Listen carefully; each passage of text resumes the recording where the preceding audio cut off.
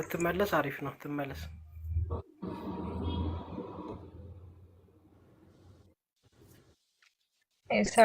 ስልክ ገባብኝ። የስራ ስልክ። ችግር የለውም ነው ችግር የለውም። ኮመንት ላይ እንግዲህ የምትሳደቡ ሰዎች ወይ በሆነ በማይጠቅም ቃል የምትለዋወጡ ሰዎች ትክክል አይደላችሁም፣ አርሙ። እኔንም እሷንም ማበረታታት፣ እኔንም የሚዋዩትን ሰዎች ማበረታታት። እኔ ጊፍት አልፈልግም፣ ጊፍት ለሚሰጧቸው ስጧቸው። ግን ማበረታታት ስላችሁ በቃ በርቱ፣ አይዟችሁ፣ እግዚአብሔር ከእናንተ ጋር ነው፣ መንፈስ ቅዱስ ይግለጽላችሁ እያላችሁ ነው እንጂ ከቲፎዞ መንፈስ ውጡ። እኔ በበኩሌ ቲፎዞ ስለማልፈልግ የምፈልገው ቤተክርስቲያኔን በደሞ የተመሰረተችውን ቤተክርስቲያን ክርስቶስን ብቻ እንድታየው ነው እና ናኦሚን የማሸነፍ ወይ ናኦሚን የማሸማቀቅ ያሬድን የማሸነፍ ጉዳይም አይደለም እና በዛ መልኩ ይሁን። እሺ ናኦሚ፣ የነገረ ስላሴን እያወራን ነበር እና ነገረ ስላሴ ላይ በእኛና በፕሮቴስታንቶች ነገረ ስላሴ ሲብራራ ስናስተምር ልዩነት ነው ታውቂያለሽ? ልዩነት እንዳለው አላውቅም። ኦኬ እሺ። በክርስቶስ ሰው መሆን ላይ ስናስተምር ስናብራራ ልዩነት እንዳለ ታውቂያለሽ? አላውቅም። ተመሳሳይ እንደሆነ ነው። ችግር የለውም። በጥምቀት ላይ እኛና ፕሮቴስታንት ወንድሞቻችን ሲያስተምሩ ልዩነት እንዳለ ታውቂያለሽ? ኦኬ። በቅዱስ ቁርባን ታውቂያለሽ? በትንሣኤ ሙታን ላይ ታውቂያለሽ? ምንድን በትንሣኤ ሙታን በትንሣኤ ሙታንና በክርስቶስ ዳግም መምጣት ላይ ልዩነት እንዳለን ታውቂያለሽ? ኦኬ ይኸውልሽ፣ አሁን ናኦሚዬ የእኔ አሁን መመክርሽ ይሄንን ነው። እኔ አሁን እምነት ብቀይር እነዚህ እምነት የተባሉ ነገሮች ላይ ጥያቄ ካለ ነው የምወጣው። ምክንያቱም እነዚህ ናቸው የእምነት መሰረቶች ለእኛ። ኦኬ እንደ አንድ ኦርቶዶክሳዊ የእምነት አንቺ አሁን ፕሮቴስታንት ነሽ፣ ወደ ኦርቶዶክስ ልምጣ ብትይኝ የማስተምርሽ እነዚህ ነው። አምስቱን አዕማደ ምስጢር መጀመሪያ የምትማሪው እነዚህን ዶግማዎች ነው የምትማሪው። እነዚህን ዶግማዎች አምኛለሁ ተረድቻለሁ ስትይ ነው የምትጠመቂው፣ የኦርቶዶክስ አባል የምትሆኝ። ተረዳሽ? እነዚህ ነገሮች ላይ ጥያቄ ሳይኖሩሽ እነዚህ ነገሮችስ አትማሪያቸውም። ኦኬ እንዲያውም ዳኒ መጥቷል። አይ ቲንክ የሚጠቅምሽ ከዳኒ ጋር ሳወራ ይሻላል መሰለኝ፣ የፕሮቴስታንቱን እይታም እንድትሰሚ ስለምፈልግ ማለት ነው። ዳኒዬ እንኳን በሰላም መጣ። እንዴት ነህ ወንድማችን መዝሙር ያሬድ? ሰላም ነህ? ሰላም ብያለው። ትንሿ ድሊ የሰው ዘር ሰላማችሁ ይብዛ። ታች ያላችሁ ሰዎችም የተባረካችሁ ወንድሞች እህቶች ሰላማችሁ ይብዛ። እሺ ዳኒ ሰላም ይድረሰን ለሁላችንም። እግዚአብሔር ይመስገን። ምን እያወራን ነበር መሰለሽ ዳኒዬ? እህታችን ናኦሚ በቅርቡ ነው ፕሮቴስታንት የሆነችው እና ከኦርቶዶክስ ወደ ፕሮቴስታንት ከመውጣቱ በፊት ኦርቶዶክሳዊ ትምህርቶችን ተምረሽ ነበር ወይ? በተለይ እነዚህን አምስቱ ዶግማዎች የምንላቸውን የእምነት መሰረት የምንላቸውን ትምህርቶች እነሱ ላይ ጥያቄ ፈጥረውብሽ ተምረሽ ነበር ወይ? ስላልተማረችም አታውቃቸውም እስከነጭራሹ። ስለዚህ አሁን ለእሷ የሚጠቅማት ልዩነት እንዳለን አንድ ሰው ሚዩት አድርጉልኝ። ስለዚህ እሷ እንድትጠቀም እሷ ብቻ ሳትሆን ሌላውም እንዲጠቀም እኔም እንድጠቀም በእኛና ፕሮቴስታንቱ መካከል ያለውን የአምስቱን ዶግማዎች የአስተምሮ ልዩነት አንተም እኔም እንድናነሳላት እፈልጋለሁ፣ ሌሎችም እንዲማሩበት ማለት ነው። ምክንያቱም ብዙ ሰው ብዙ ጊዜ ይሸወዳል፣ አንድ አይነት እንመስላችኋለን በእነዚህ አምስቱ ትምህርቶች። ስለዚህ እንደዛ ብናደርግ መልካም ነው። ዳኒቾ በጣም ጥሩ ነው። በጊዜ ነው የምናወራው፣ በታይም ችግር የለውም ዳኒ። እኔ እናንተ ያው ስለምንተዋወቅ ታይምም ያዝ አያዝም። እኔ እናንተ ተከባብረን በጨዋ ደንብ እስካወራን ችግር የለውም። ያው አንተም አብዝተህ እንዳትጠይቀኝ እኔም አብዝቼ እንዳልጠይቅህ ባላንስድ እንዲሆን ታይም ተደርጎ በምን ዙሪያ እናወራ? ለምን ከስላሴ እንጀምራለን። ያው የስላሴ ከዛ ስጋዌ ከዛ ጥምቀት ከዛ ቅዱስ ቁርባን ከዛ ትንሣኤ ሙታን እያለን የምንሄደው። ኦኬ ጥሩ እሺ፣ በስላሴ እንቀጥል። አዎ ልጅቷ ብትመጣ ግን ጥሩ ነበር። ወይ ካለች አንድ ቁጥር ጻፊልኝ ኮመንት ላይ ካለሽ። አንድ ዳኒ ይቅርታ። እሺ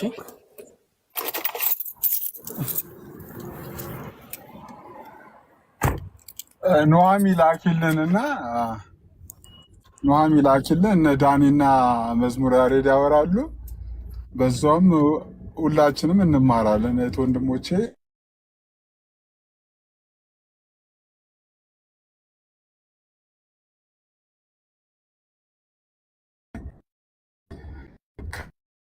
ጠይቃችኋለሁ ብላለች። አይ ቲንክ ልካልሃለች መሰለኝ። ሼሩንና ታቡን ከፍ አድርጉልኝ። ይህም በትህትና ጠይቃችኋለሁ። እሺ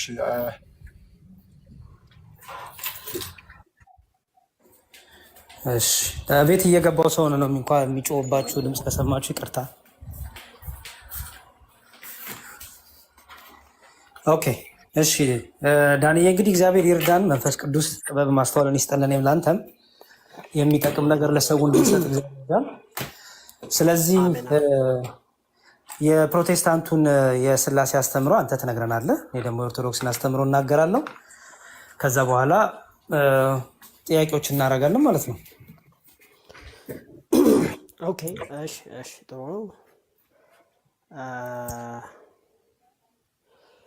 የፕሮቴስታንት ከሞላ ጎደል የፕሮቴስታንትና የኦርቶዶክስ የካቶሊክ የስላሴ አስተምህሮ ተመሳሳይ ነው። ምክንያቱም ሶስታችንም በአንድ መለኮት በሶስት አካል በሚለው ነው የምናምነው። መለኮት ስንል ሁሉን መግዛት፣ ሁሉን ማወቅ፣ ሁሉ ቦታ መገኘት፣ ይሄ በስልጣን በአገዛዝ እንደሚባለው ማለት ነው። በአብ በወልድ በመንፈስ ቅዱስ መካከል ልዩነት የለም። ነገር ግን በፐርሰንሁድ በምንሄድበት ጊዜ ግን ይለያያሉ። አብ ወልድ አይደለም፣ ወልድ መንፈስ ቅዱስ አይደለም። አብ ራሱን የቻለ እኔ ማለት የሚችል ነው። ወልድ ራሱን የቻለ እኔ ማለት የሚችል ነው። መንፈስ ቅዱስ ራሱን የቻለ እኔ ማለት የሚችል ነው። አብም ወልድም መንፈስ ቅዱስም እውቀት አላቸው። ይሄ እውቀት የየራሳቸው ቢሆንም መለኮታዊ እውቀትን በተመለከተ ሁሉም ሶስቱም ማለት ነው ሶስቱም አካላት አንድ ነው በሚያስብል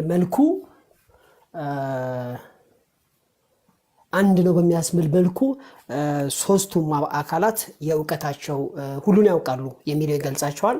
ሌላኛው ፍቃድ ነው። ፍቃዱ የስላሴ ፍቃድ አንድ ሆኖ ግን ሶስቱም ላይ ይገለጣል። መለኮታዊ ፍቃድ ወደ ኢየሱስ ክርስቶስ ስንመጣ ግን ሰውም አምላክም ነው። ስለዚህ ሰውም አምላክም ስለሚሆን ሁለት ባህሪ አንድ ክርስቶስ ብለን ነው የምናምነው። ሁለት ባህሪ አንድ ክርስቶስ ማለት ምን ማለት ነው? ኢየሱስ ክርስቶስ ሰውም ነው ማለት ወንድሞች ሊለን ያላፈረ ቃል ስጋ ሆነ የተባለለት በአካል ወይም ደግሞ ከአባቶች በስጋ ኢየሱስ ክርስቶስ መጣ የተባለለት እንደገና ደግሞ የዳዊት ዘር የአብርሃም ዘር የዳዊት ዘርን የማርያም ዘርን ማለት ይቻላል። ምክንያቱም የደፈው ምን ስለሚል ማለት ነውና ሰውነቱ የሚያጠራጥራለም አምላክነቱ የሚያጠራጥራለም። ስለዚህ ሁለቱ ባህሪያቶች በአንድ ክርስቶስ ውስጥ አለ። መተኛትና አለመተኛት፣ ማወቅና አለማወቅ፣ ሁሉም መቻልና አለመቻል፣ የፍጡርና የአምላክ ባህሪ ያለው ማለት ነውና ስለዚህ ሶስት ፐርሰኖች አሉ በስላሴ ውስጥ። ከሶስተኛው ፐርሰን መካከል ሁለተኛው ፐርሰን ሰውም አምላክም የሆነ ሁለት ባህሪ አንድ ክርስቶስ ብለን እናምናለን። ልዩነታችን እናንተ ከሁለት ባህሪ አንድ ባህሪ ነው የምትሉት። ዳንኤል ስጋዌ ላይ አልገባንም። የክርስቶስ ሰው መሆን ላይ አይደለም፣ ስላሴ ላይ ነው ያለነው። ስላሴ ላይ ኦኬ ችግር የለውም። ስላሴም ላይ በተመለከተ 3% አንድ አካል ብያለው። 3% አንድ አካል። ከዛም በኋላ እነዚህ 3 ፐርሰኖች ቅድም እንደተናገርኩት በአገዛዝ በስልጣን አንድ ናቸው። ነገር ግን ደግሞ እኔ ማለት የሚችሉ እውቀት ፍቃድ ያላቸው፣ ፍቃዱ ግን የስላሴ ፍቃድ አንድ እንደሆነ ነው ያለው። እኛ ጋር ከእናንተ ይለያል የምንልበት 2 ነጥብ አለ። አንደኛው ፋንክሽናል ሰቦርዲኔሽን የሚባል ነገር አለ። ፋንክሽናል ሰቦርዲኔሽን ምንድን ነው? የግብር ልዩነት። አሁን መጀመሪያ አንተ አስረዳና ወንድሜ ሰዓት ያልያዝኩልህ ሀሳቦችን እየጨረስክ እንድትሄድ። አሁን የፕሮቴስታንቱን የፕሮቴስታንቱን የስላሴ አንዴ ይቅርታ፣ መዝሙረ ያሬድ ይጨርስ፣ ዳንኤል ይጨርስ። በፈለገው መንገድ አስረድቶ ይጨርስ ዳንኤል። እኛን ወክሎ በፈለገው ዳንኤል። በእኛና በእናንተ ያለው ልዩነት ደግሞ ሁለተኛው ዙሪያ እናነሳዋለን። አሁን በፕሮቴስታንት ያለውን የስላሴ አስተምሮ ብቻ ንገረን። እኔ በኦርቶዶክስ አስተምሮ ልናገር። ከዛ በኋላ ልዩነቱን ደግሞ ሁለተኛው ዙር ላይ እናነሳለን። እሺ አንድ ነገር ነው የቀረኝ። ይሄ ነገር ምንድነው? ፋንክሽናል ሰቦርዲኔሽን ማለት ነው። ፋንክሽናል ሰቦርዲኔሽን ማለት ነው የግብር ልዩነት። ለምሳሌ አብም ወልድ መንፈስ ቅዱስም አንድ ላይ ሊመጡ አይችሉም። መስቀል ላይ ሊሰቀል የሚገባው አንድ ነው፣ ወልድ ብቻ ነው። አብም ወልድም መንፈስ ቅዱስም ሊሰቀሉ አይገባም። ሊገረፉ የመዳን ስራችንን መጥቶ ዋጋ ሊከፍልልን የሚችለው ስለዚህ ሊላክ የሚገባው ወልድ ነው። ሰውም የሆነው ወልድ ነው። አሁን እኔ ስጋቤ እያወራው አይደለም። በዚህ ምክንያት አሁን ባልኩት ምክንያት ወልድ የስራ ድርሻው መላክን ይጨምራል፣ መጥቶ መሞትን ይጨምራል። ስለዚህ ፋንክሽናሊ ሰቦርዲኔት ነው ማለት ነው። ሰቦርዲኔት ማለት ግን በአገዛዝ በስልጣን ያንሳል ማለት አይደለም። ምክንያቱም በቅድመ ዓለም የነበረ ሁሉን የፈጠረ ሁሉን የሚችል አልፋና ኦሜጋ ፊተኛና ኋለኛ የሆነ አምላክ የሆነ ከአባቱ እኩል ሆኖ በአንድ ዙፋን ላይ ተቀምጦ አምልኮ የሚቀርብለት በሰማይ በምድር ከምድርን በታች ያሉት ሁሉ ጉልበት ሁሉ የሚንበረከኩለት ነው። ይሄ ኢየሱስ ያንሳል ማለት አይደለም። ግን ስራን በተመለከተ ልክ ልጅ በእናት እንደሚላኩላ ኢየሱስ ክርስቶስ ደግሞ ተልኮ መጥቶኛን ነፃ አውጥቷል ማለት ነው። አባትና ልጅነታቸው ከጥንት የነበረ ነው ለማለት ነው። ምንም ልዩነት የለውም። ወደ እናንተ እንግዲህ እመጣለሁ ማለት ነው በሚቀጥለው ራውንድ። የራሳችንን የተናገርኩት በዚህ ጉዳይ ላይ ልጠይቀኝ ትችላለህ ማለት ነው። ኦኬ እሺ፣ እግዚአብሔር ይስጥልን ዳንኤ፣ አመሰግናለሁ። እንግዲህ ሁላችሁም ክርስቲያን ኦርቶዶክሲያን በደንብ አስተውሉ። የምናገረውን ጥያቄው ውይይታችን ስለ ስላሴ ነው። ስላሴን አብራራ ነው። ስላሴን ተናገር ነው።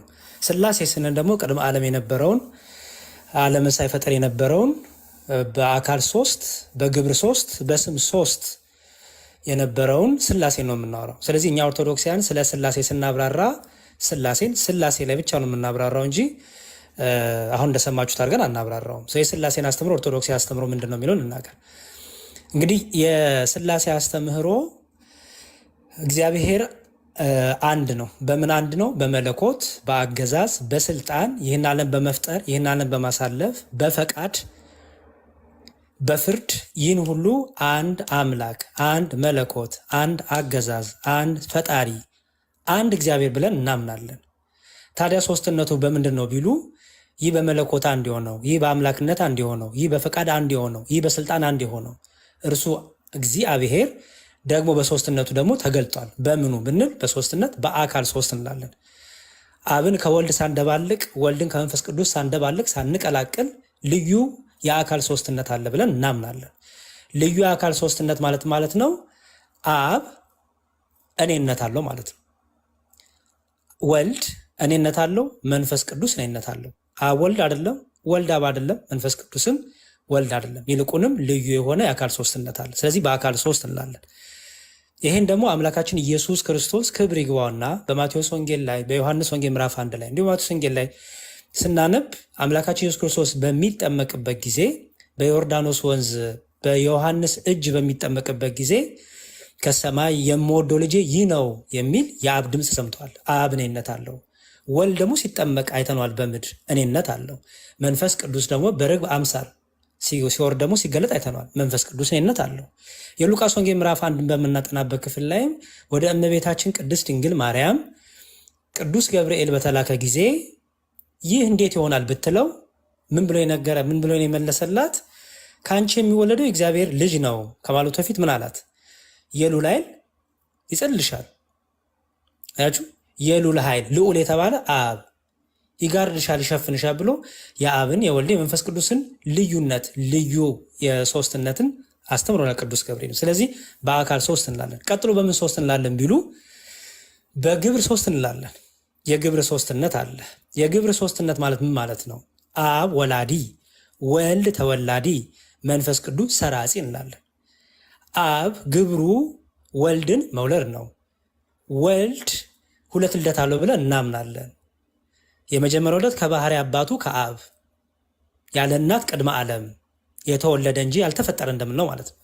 ከዛ ደግሞ ከድንግል ማርያም ከስጋዋ ስጋ ከደሟ ደም ከነፍሷ ነፍስ ነስቶ እንላለን። በኋላ ስጋይ ላይ በደንብ እናወራለን። ይህንን ነስቶ ሁለተኛ ላይ ደግሞ ከድንግል ማርያም ተወለደ እንላለን። በመዝሙረ ዳዊት መዝሙር 110 ላይ ከአጥቢያ ኮከብ አስቀድሞ ከሆድ ወለድሁ ይላል። አብ ስለ ልጁ ሲናገር ከአጥቢያ ኮከብ አስቀድሞ ከሆድ ወለድሁ። አጥቢያ ኮከብ የተባለው ማን ነው? ምንድን ነው የሚለውን በኋላ እንጠየቀዋለን። ከአጥቢያ ኮከብ አስቀድሞ ከሆድ ወለድሁ ይለዋል። ይህንን ዕብራውያን ላምጦ ቅዱስ ጳውሎስ ይህን ይነግረናል። ስለ ልጁ ግን ብሎ ይነግረናል። ስለ ልጁ ግን ብሎ ቅድመ ዓለም የነበረ ከባህሪ አባቱ ጋር አብሮ የነበረ እንደሆነ ይነግረናል ማለት ነው። ስለዚህ በግብር አብ አባት ነው፣ በግብር ደግሞ ወልድ ልጅ ነው እንላለን። በግብር ወልድ ልጅ ነው። የማን ልጅ ነው? የአብ የባህሪ ልጁ ነው እንላለን። ከአብ ጋር ትክክል የሆነ የባህሪ ልጁ ፊልጵስዩስ መልእክት ላይ ምዕራፍ 2 ላይ ቅዱስ ጳውሎስ እንደነገረን ማለት ነው እርሱ በእግዚአብሔር መልክ ሲኖር ሳለ እንደተባለው ማለት ነው ከአብ ጋር ትክክል ሆኖ የአብ የሆነው የወልድ በአብና በወልድ መካከል የግብር ልዩነት ቢኖርም የስልጣንና የመለኮት ልዩነት ግን የለምና፣ ስለዚህ በግብር ወልድ የአብ ልጅ እንላለን ማለት ነው። የባህሪ ልጅ እንላለን የአብ። በግብር ደግሞ መንፈስ ቅዱስ ደግሞ ሰራጺ ነው። መንፈስ ቅዱስ ከአብ ብቻ የሚሰርጽ ነው፣ ከአብና ከወልድ አይሰርጽም። ይሄ ምንፍቅና ነው፣ ክህደት ነው። መንፈስ ቅዱስ ከአብ ብቻ ይሰርጻል። መንፈስ ቅዱስ ከአብ ይሰርጻል፣ ወልድ ከአብ ይወለዳል። ስለዚህ መንፈስ ቅዱስ ደግሞ ሰራጺ እንለዋለን፣ ከአብ የሚሰርጽ ማለት ነው። ስለዚህ የግብር ሶስትነት አለ ማለት ነው። ከዛ ደግሞ የስም ሶስትነት አለ። ኦቪየስ የስም ሶስትነት አለ። የስም ሶስትነት ስንል አብ ወልድ መንፈስ ቅዱስ እንላለን ማለት ነው። አብ ወልድ መንፈስ ቅዱስ እንላለን። ስለዚህ የኩነታት ሶስትነትም አለ። በአብ ልብነት፣ በወልድ ቃል፣ በመንፈስ ቅዱስ ትንፋስነት እንላለን። ይህንን በኋላ ስለምንጠያየቀው በደንብ ደግሞ እናነሳዋለን። ስለዚህ የነገረ ሥላሴ ትምህርታችን ጥርት ያለ ነው። ምንም ሳንደባለቅ ሳንቀላቅል አስቀድሞ የነበረውን ሥላሴ ፍጥረትን ከመፍጠሩ በፊት በባህሪው ህልው የሆነውን ሥላሴ፣ ፍጥረት ከመፈጠሩ በፊት በአካል ሶስት የሆነው ሥላሴ፣ ፍጥረት ከተፈጠረን በኋላ የአካል ሶስትነቱ ያልጠፋ ሥላሴ፣ በተለየ አካሉ ደግሞ ወልድ ሰው ሆነ ስንል ደግሞ ከሶስቱ ቅዱስ አንዱ ቅዱስ፣ ከሶስቱ አካል አንዱ አካል፣ በተለየ አካሉ ወልድ ሰው ሆነ ስንል ደግሞ ቃልም ስጋ ሆነ የሚለውን ደግሞ ስናብራራ ወደ ስጋው ይመጣለን ማለት ነው። ስለዚህ የነገረ ሥላሴ ትምህርታችን ላይ የኦርቶዶክስ ስታንድ ይሄ ነው። የፈቃድ ሶስትነት የለም። በሥላሴ መሃል የስሜት የእውቀት ፈቃድ የሚባል ሶስትነት የለም። ይልቁንም በፈቃድ አንዲት ፈቃድ፣ አንዲት ስምረት፣ አንዲት እውቀት፣ ፈቃድም እውቀትም አንዲት እንላለን እንጂ አብ የራሱ እውቀት የራሱ ስሜት የለውም። ወልድ የራሱ እውቀት የራሱ ስሜት የለውም። መንፈስ ቅዱስ የራሱ እውቀት የራሱ ስሜት የሚባል ነገር የለም። የአብ እውቀት የወልድ ናት፣ የወልድ እውቀት የአብ ናት፣ የመንፈስ ቅዱስም ናት። ከአብ የተሰወረ የወልድ የመንፈስ ቅዱስ እውቀት የለም። ስለዚህ በፈቃድ በእውቀት አንዲት ፈቃድ አንዲት እውቀት በሥላሴ ዘንድ እንዳለን ማለት ነው። የኦርቶዶክስ ጥርት ያለው አስተምህሮ የነገረ ሥላሴ ይሄ ነው ማለት ነው። አሁን ልዩነታችን ላይ ማውራት እንችላለን። ዳኒ ጊዜ ይስጥልኝ። ዳኒ አሁን ቀጥል። ዳኒ ታዲያ አንተ ነህ። ኦኬ እሺ፣ ቴንክ ዩ እንግዲህ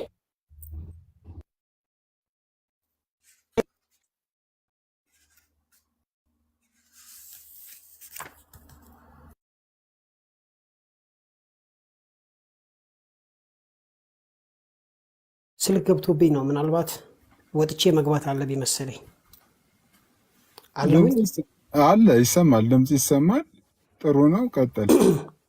ኦኬ የሚሰማ ከሆነ ጥሩ። ብዙ ጊዜ ስልክ ሲገባ የመደረብ ነገር ስለሚኖር ነው።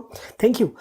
እንግዲህ ያሬድ የተናገረው ነገር ከሞላ ጎደል ጥሩ ነው፣ ግን ወደ ልዩነታችን ስንገባ ልዩነታችንን በስነስርዓት ማየት ይኖርብናል ማለት ነው። አንዱ ያሬድ እንዲያብራራ የምፈልገው ነገር ወይም ደግሞ ስህተት ነው ብዬ የማስበው ልዩነታችን ምንድን ነው? ኩነት የሚባለው ትምህርት ነው። ኩነት ማለት ምን ማለት ነው? አብ የወልድና የመንፈስ ቅዱስ ልብ ነው። ወልድ የአብና የመንፈስ ቅዱስ ቃል ነው። መንፈስ ቅዱስ የአብና የወልድ ሕይወት ነው ወይም ደግሞ እስትንፋስ ነው የሚል አስተምህሮ አላቸው። ይሄ ወደ ዩናይት ያደርጋቸዋል። ዩናይት ያደርጋቸዋል ማለት ምን? ወደ ኦንሊ ጂሰስ ይወስዳቸዋል። ለምን? መጽሐፍ ቅዱሳዊም አይደለም፣ ጥቅስም የለውም። ምን ማለት ነው? ወልድ ለምሳሌ ሲል የጠየቀኝ ከሆነ እኮ ጥቅስ መስጠሃ መቼ ጠየቀኝ? እንዴት ይሻላል? አሁን ልዩነታችንን እያወራው ነበር። ማለት አንተ ምን ታደርጋለህ መሰለህ? አሁን የማነሳቸውን ነገሮች ታዘጋጅና በኋላ ደግሞ ጠይቀሃለሁ። እንደዛ ይመስለኛል። አሁን ያልከው አልሰማሁም። እደግመዋለሁ። ኢንተራፕት ስለተደረገ አካሄዳችንን ጀምሮ አሁን ልዩነቱን ታስቀምጥና ከዛ በጥያቄ እንደዛ ነው መሆን ያለበት። ግን ልዩነቱን ያስቀምጥና ከዛ ስለምናነሳ አጠር አድርጋችሁ ለጥያቄና መልሱም ገና ሌሎችም ነገር ስለምንዳስሳቸው እና ሾርት ኤንድ ፕሪሳይዝ አድርጋችሁ ብታቀርቡ ጥሩ ነው። ቀጥል። እሺ ኩነት ማለት ምን ማለት ነው? በኦርቶዶክስ አስተምህሮ ግማሽ ገጽ ነው ያገኘሁት ማቴሪያል። በነገራችን ላይ እዛው ዌብሳይታቸው ላይ www.ethiopianorthodox.org ላይ አለ። ኩነት ማለት አብ የወልድና የመንፈስ ቅዱስ ልብ ነው ይላል። ስለዚህ የሚያስቡት ወልድና መንፈስ ቅዱስ በማን ነው? በአብ ነው የሚያስቡት ይላል። ከዛ ወልድ የአብና የመንፈስ ቅዱስ ቃል ነው። ስለዚህ ሊናገሩ ሲፈልጉ በቃል ነው የሚናገሩት፣ በወልድ ነው የሚናገሩት ይላል። መንፈስ ቅዱስ ደግሞ ይልና መንፈስ ቅዱስ የአብና የወልድ ሕይወታቸው ነው፣ እስትንፋሳቸው ነው ይላል። እና ለዚህ ግን ጥቅስ የለም። እዛው መጽሐፉ ላይ ራሱ www.ethiopianorthodox.org ላይ የለም። በጥቅስ ላይ የያዙት ዝም ብለው ነው ያስቀመጡትና ያሬድ እንዲያብራራ ጠይቃለሁ። ምክንያቱም አንዱ ልዩነታችን እሱ ስለሆነ ማለት ነው። ሲቀጥል ያስተምሮ በቸርች ፋዘር ውስጥ የለም፣ ካለ ያሬድ እጠብቃለሁ። ሲቀጥል ስኮላርስም በዚህ ጉዳይ ላይ የጻፉት ነገር የለም ሶፋር እስከማውቀው ድረስ። ስለዚህ ያሬድ በዚህ ጉዳይ ላይ ማብራሪያ እንዲያመጣልኝ እፈልጋለሁ። ስለዚህ የኩነት ትምህርት በአጠቃላይ በእኔ መረዳት ኢትዮጵያዊ በአማርኛ ነው ያገኘሁት፣ ኢቭን በእንግሊዝኛም አላገኘውም ኩነት የሚለው ቃል ማለት ነው። ስለዚህ መጽሐፍ ቅዱስ ውስጥ ጥቅስ የለውም፣ በቸርች ፋዘር የለም፣ ስኮላርስ ሲያወሩበት አልሰማውም። ስለዚህ በዚህ ጉዳይ ላይ ወንድማችን ያሬድ እንዲያብራራ እጠይቃለሁ ማለት ነው። ሌላኛው ስሜት፣ እውቀት፣ ፍቃድ የሚለው ላይ ያው ጌታ ኢየሱስ ክርስቶስ ለምሳሌ ነፍሴ ተጨነቀች። እሱን ስጠይቅህ ነው፣ እሱን ስጠይቅህ ትመልሳለህ። ምክንያቱም ስሜት፣ እውቀት፣ ፈቃድ ላይ ልዩነት ስላለን አሁን ልዩነት ያነሳው ላይ ስጠይቅህ ትመልስልኛለህ። አሁን የኔን እንኳን አንተ ጠይቀኝ አልመልስልህም ዳኒ፣ የምመልስልህ በጥያቄ መልክ ስናደርገው ነው። አሁን ልዩነታችንን ብቻ ነው የምናስቀምጠው። ከዛ ወደ ጥያቄና መልሱ ስንሄድ ልዩነታችን ላይ ማስረጃ እንጠይቃለን ማለት ነው እኮ። ስሜት የለውም ስለምትሉ እሱን ለማስቀመጥ ነበር። ስሜት አንተን ጠይቃለሁ፣ እሱ የምጠይቅ እሱ ስለሆነ ጠይቃለሁ። ስለዚህ አሁን አላብራራው? አዎ እጠይቃለሁ፣ ታብራራዋለህ ስጠይቅህ። ኦኬ እሺ፣ ችግር የለውም። ሌላኛው ፊሎኬ ነው። ፊሎኬ ማለት ምን ማለት ነው? መንፈስ ቅዱስ ከአብና ከወልድ ነው የሚሰርጸው የሚል አስተምህሮ ነው። መንፈስ ቅዱስ ፊሎኬ ማለት በኒቂያ በመጀመሪያው ላይ መንፈስ ቅዱስ ከአብና ከወልድ ሳይሆን ከአብ ይሰርጻል የሚል ነው ያለው እና ነገር ግን ቆይተው በተለይ ካቶሊክ ሳይድ ያሉት ሰዎች መንፈስ ቅዱስ የሚሰርጸው ከአብና ከወልድ ነው ብለው ጽፈዋል እና ይሄንን ይቃወሙታል። እኔ ያን ያክል ስትሮንግ ኦፖዚሽን የለኝም፣ ግን ይሄንን የሚደግፉ አባቶች በጣም ፕሮሚነንት አባቶች አሉ። በጣም ፕሮሚነንት አባቶች። ስለዚህ በእነ ያሬድ አመለካከት መንፈስ ቅዱስ ከአብና ከወልድ ነው የሚሰርጸው ካልን እኛ ከተሳሳትን እኛ በዚህ ምክንያት የእግዚአብሔርን መንግስት አትወርሱም ከተባልን እነዚህ ፕሮሚነንት አባቶችም አይወርሱም ልንል ነው ማለት ነው። ይህ በጣም አጠያያቂ ነው። ለምን ስማቸው ፒክ ማውጣት እችላለሁ እዚህ ጋር ስማቸውን ማለት በፊሎኬ የሚያምኑ ቸርች ፋዘሮች ወደ 8 ፕሮሚነንት ቸርች ፋዘሮች አይ ቲንክ ካፓዶሺያን ፋዘርስም ይጨምራል፣ እነዚህ እነ ግሪጎሪን ይጨምራል። ስለዚህ አባቶች የደገፉትን እንዲሁ ዝም ተብሎ ከመሬት ተነስቷለን ጴንጤዎች ከአብና ከወልድ ያሉትና የደገፉትን ሙሉ በሙሉ ስንቃወም በጣም አስቸጋሪ ነው የሚሆነው። ሌላኛው ልዩነታችን ምንድነው? ስለዚህ አባቶች በጣም ድጋፍ አለው። ወደ 8 አባቶች ማምጣት እችላለሁ ብያለሁ። ሌላኛው ፋንክሽናል ሰቦርዲኔሽን ነው። ፋንክሽናል ሰቦርዲኔሽን ማለት ምን ብያለሁ ቀደም? አባት ያህዌ ላከው የሚል ጥቅስ አለ። ዘካርያስ ቁጥር ምዕራፍ 8 ቁጥር ላይክ ምዕራፍ 8 ከቁጥር 8 እስከ 12 ላይ መሰለኝ ማውጣት እችላለሁ አክቹአሊ። እና ተልኬ መጥቻለሁ ከእስራኤል ጋር አብሬ እኖራለሁ ይላል። ስለዚህ የመላክን ሮል የወሰደው ማን ነው? ወልድ ነው። ይሄ ምን ይባላል? ፋንክሽናል ሰቦርዲኔሽን ይባላል።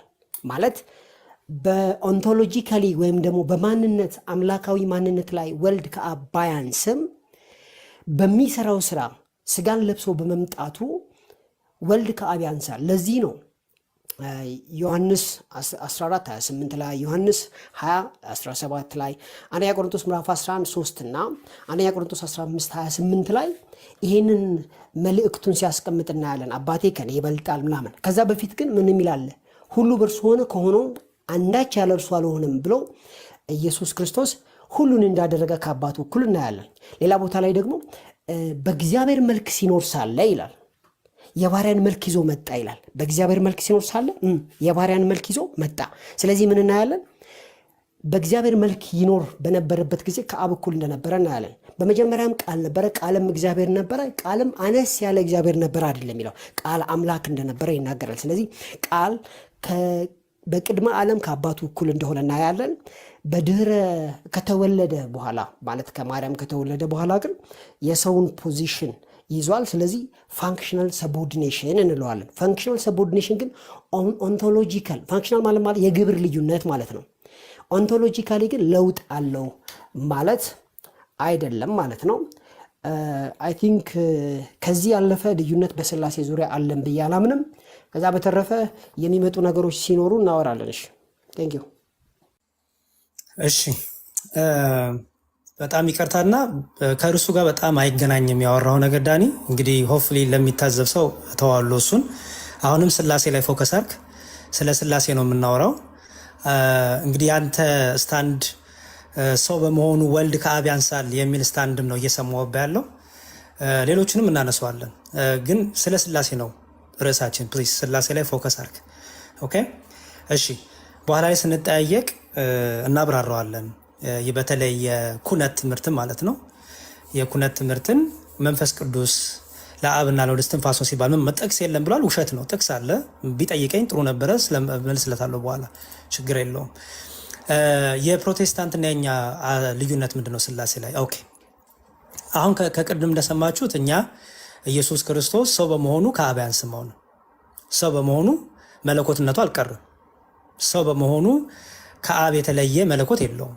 ምክንያቱም በዮሐንስ ወንጌል ምዕራፍ 3 ላይ ስናነብ ከሰማይ ከወረደ በቀር ወደ ሰማይ የወጣ ማንም የለም፣ እርሱም በሰማይ የሚኖረው የሰው ልጅ ነው ይላል። ኢየሱስ ክርስቶስ በምድር ሳለ በሰማይም ነበረ። ከሰማይ አልጎደለም፣ ከሶስትነቱ አልጎደለም። በሰማይም ይመለካል፣ በምድርም በስጋ ማርያም ደግሞ ተገልጦ አይተነዋል። ስለዚህ ያነሰ ክርስቶስ እኔ አላቅም። ትልቁ ልዩነታችን ይሄ ነው። ሰው በስላሴ አስተምሮ ላይ ፕሮቴስታንቶች የአካልን ሲያብራሩ፣ አካል የሚለውን ሲያብራሩ፣ እኛ አካልን ስናብራራ ብለን እናብራራለን። አብ እኔነት አለው፣ ወልድ እኔነት አለው፣ መንፈስ ቅዱስ እኔ ማለት ይችላል። የአካል ሶስትነት መኖሩ ግን የፍቃድ ሶስትነት የለም። ፕሮቴስታንቶቹ አካልን አብራራው ስትላቸው በኋላም ሲያብራራቱ ስምታላችሁ ምን ብሎ ይነግራችኋል? አካል ማለት የራሱ ስሜት፣ እውቀት፣ ፈቃድ ያለው ብሎ ያብራራላችኋል። የራሱ ስሜት፣ እውቀት፣ ፈቃድ። የትኛው የስላሴ አስተምሮ ነው? እስቲ የትኛው አባት ነው የራሱ ስሜት፣ እውቀት፣ ፈቃድ? ስላሴ ስሜት አለው፣ መለኮት ስሜት አለው ብሎ ያስተማረ። በዛ ላይ ደግሞ የራሱ ስሜት፣ እውቀት፣ ፈቃድ አለው ሲሉ ፕሮቴስታንቶች ምን ማለት ነው? አብ አካላዊ ነው፣ አካላዊ ነው። አብ እኔነት አለው፣ ወልድም እንደዛው ነው፣ መንፈስ ቅዱስም እንደዛው። አብ ወልድ አይደለም፣ ወልድ መንፈስ ቅዱስ አይደለም። ስለዚህ አብ በራሱ የራሱ ስሜት፣ እውቀት፣ ፈቃድ አለው። መንፈስ ቅዱስ በራሱ የራሱ ስሜት፣ እውቀት፣ ፈቃድ አለው። ወልድም እንደዛው። ስለዚህ ሶስት አምላክ ሆነባቸው። ጭራሽ ሶስት ፈቃድ የለማ። እኛና ፕሮቴስታንትን የሚለየን ትልቁ መስመር ይሄ ነው፣ ቀይ መስመር። በስላሴ ዘንድ ሶስት ፈቃድ የለም። በስላሴ ዘንድ ሶስት እውቀት የለም። የአብ እውቀት፣ የአብ ፍቃድ፣ የወልድም ፍቃድ ነው። በወልድ ሰው መሆን የወልድ የራሱ ፍቃድ አለበት፣ የአብም የመንፈስ ቅዱስ ፍቃድ አለበት። አብ ብቻ ፈቅዶ አይደለም ወልድ ሰው የሆነው። በአብ በወልድ በመንፈስ ቅዱስ መካከል የእውቀት የፈቃድ ሶስትነት የለም። ይሄ ትልቅ ምንፍቅና ነው። ስለዚህ ይሄ ከፕሮቴስታንቱ ጋር ትልቁ የሚለየን ነገር ይሄ ነው። ሌላው ፕሮቴስታንቱ መንፈስ ቅዱስ ለራሱ እስትንፋስ ነው፣ ህይወት ነው። ለአብና ለወልድ ህይወት አይደለም ወይም እስትንፋስ ተብሎ አይጠራም ብለው ፕሮቴስታንቶች ይቃወማሉ። ከመጽሐፍ ቅዱስ ጋር ነው የሚጋጩት። መጽሐፍ ቅዱሱ እስትንፋስ ስለሚለው መንፈስ ቅዱስም ማለት ነው። ስለዚህ ዳኒን በኋላ የምጠይቀው ከጠየቀኝ በኋላ ምንድን ነው የመጀመሪያው በአብ በወልድ በመንፈስ ቅዱስ መካከል የስሜት የእውቀትና የስሜት የፈቃድ ሶስትነት አለ ብሎ ያስተማረ ማን ነው? ለዛ መጽሐፍ ቅዱስ ጥቅስም እፈልጋለሁ። እንዲሁም መጽሐፍ ቅዱስ ጥቅስ ብሰጠኝ ደስ ይለኛል። ግድ የለም ፋዘርስ ሪቸርች ፋዘርስ የሚለው እንቶ እንዲሁ መጽሐፍ ቅዱስ እጃችን ላይ ያለው ሁሉም ሊያገኘው የሚችለውን በሱ ላይ ታሳየኛለህ ማለት ነው። እዛ ድረስ አልጠይቅም፣ ችግር የለብኝም። እኔ አንድ የምታሳየኝ እሱ ነው። ሌላ ደግሞ ልዩነታችን መንፈስ ቅዱስ የአብና የወልድ ወይም የእግዚአብሔር እስትንፋስ አይባልም ብለሃል። መጽሐፍ ቅዱስ ጥቅስ አለ ሰጣለሁ፣ እሱ እንዴት እንደምትፈታው ደግሞ ታሳየኛለህ ማለት ነው። ስለዚህ እነዚህ ላይ በስላሴ ላይ እንግዲህ በስላሴ ላይ አብ የራሱ ስሜት እውቀት ፈቃድ፣ ወልድ የራሱ ስሜት እውቀት ፈቃድ፣ መንፈስ ቅዱስ የራሱ ስሜት እውቀት ፈቃድ ከተባለ ሁሉን ያዛባል። አንድ መለኮት የሚለውን ያዛባል። ምክንያቱም በመለኮት ሁሉን አዋቂ ነው፣ መለኮት ሁሉን ቻይ ነው፣ ሁሉን አድራጊ ነው፣ መለኮት ፈቃድ ያለው ነው፣ መለኮት እውቀት ያለው ነው። ስለዚህ የራሱ ፈቃድ አለው እያንዳንዱ ካልን 3 መለኮት አለ እያሉ ነው ፕሮቴስታንቶች። ስለዚህ ሁሉን ነገር የስላሴን ትምህርት ሁሉ የሚያዛባ ነው የሚሆነው እና እነዚህ ላይ መልስ እንድትመልስልኝ ይፈልጋለሁ። ጨርሻለሁ። ዳንኤል ጥያቄ መቀጠል ትችላለህ። ኦኬ በነገራችን ላይ ያላልነውን ነገር አንድ ነገር ተራ ሲደርስ ዳንኤል ተራ ሲደርስ ትመልስልኛለህ ስጠይቅህ። አላቋርጥህም ብዬ ነው እንጂ ለምሳሌ በጥያቄ መልክ ላድርገውና ኢየሱስ ክርስቶስ ከአብ ያንሳል ያልኩበት ቦታ አለ እንዴ? ኢየሱስ ክርስቶስ ከአብ ያንሳል ብያለሁ ነው? በጥያቄው ስናነሳው ነው እኮ ጥያቄ ጠይቀኛል ከኛለ ጠየቅኳ። ጠየቀኝ ማለት አሁን ምንድነው እያደረክ ያለው? ምን ይሻላል አካሄዳችን? እኔ ኢየሱስ ክርስቶስ ከአብ ያንሳል አልኩኝ እንዴ? ዳኒና ያሬዳ እኔ ኢየሱስ ክርስቶስ ናኦሚ አንዴ ማንም ሰው እንዳይገባ፣ ናኦሚ ማንም እንዳይገባ። ዳኒ ጥያቄ ጠየቀኝ ልመልስ። የጠየቀኝ ነው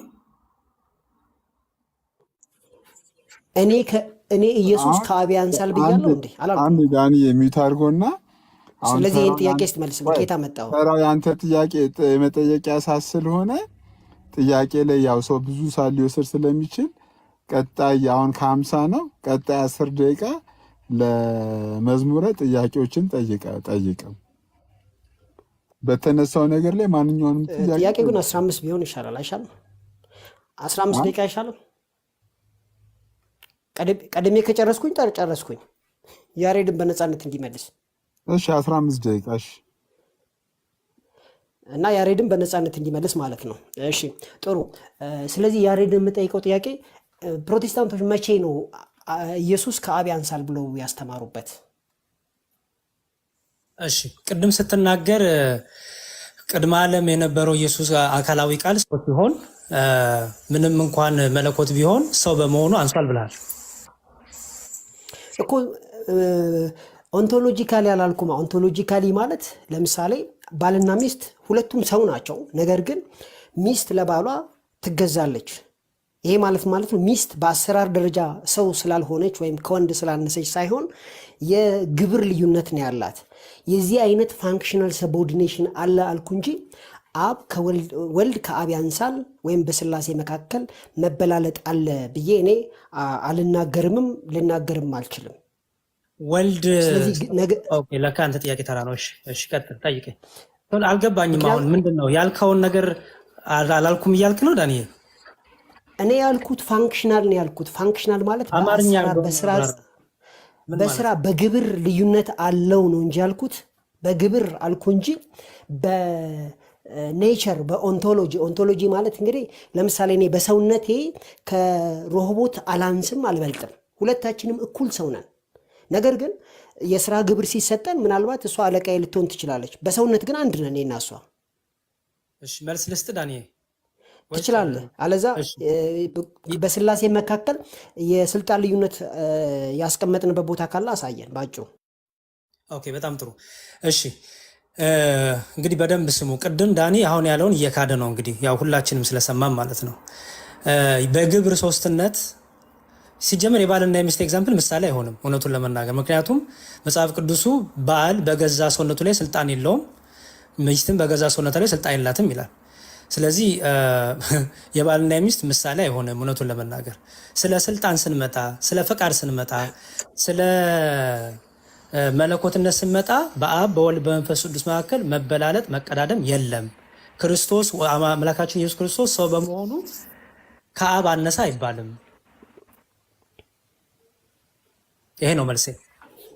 ኦኬ ባይ ዘ ዌይ ፋንክሽናል ሰቦርዲኔሽን ማለት በግብር መካከል ያለ ልዩነት ነው እንጂ ኦንቶሎጂካል አይደለም አልኩኝ እኮ ያሬድ። እሺ ኦንቶሎጂ ማለት ነው። ኦንቶሎጂ እና ፋንክሽናል ኦንቶሎጂ ማለት ስሪት ማለት ነው፣ ኔቸር ማለት ነው። ስለዚህ አብ እንደ ወልድ ነው፣ ወልድ እንደ አብ ነው። ልዩነት የላቸውም ሁለቱ መካከል።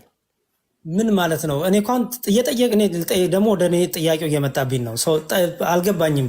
አሁን ኦንቶሎጂ እና የእኔ ተራ ደርሷል ወይስ? እኔ እኮ ምን ልመልስልህ? ጥያቄ ጠይቅ እንዳለ እኔ አንድ ጣልቃ ልግባ። 12 ደቂቃ ይቀረኛል። 12 ደቂቃ ይቀረኛል። እንደፈለገ ይጠቀም ሰዓቱን።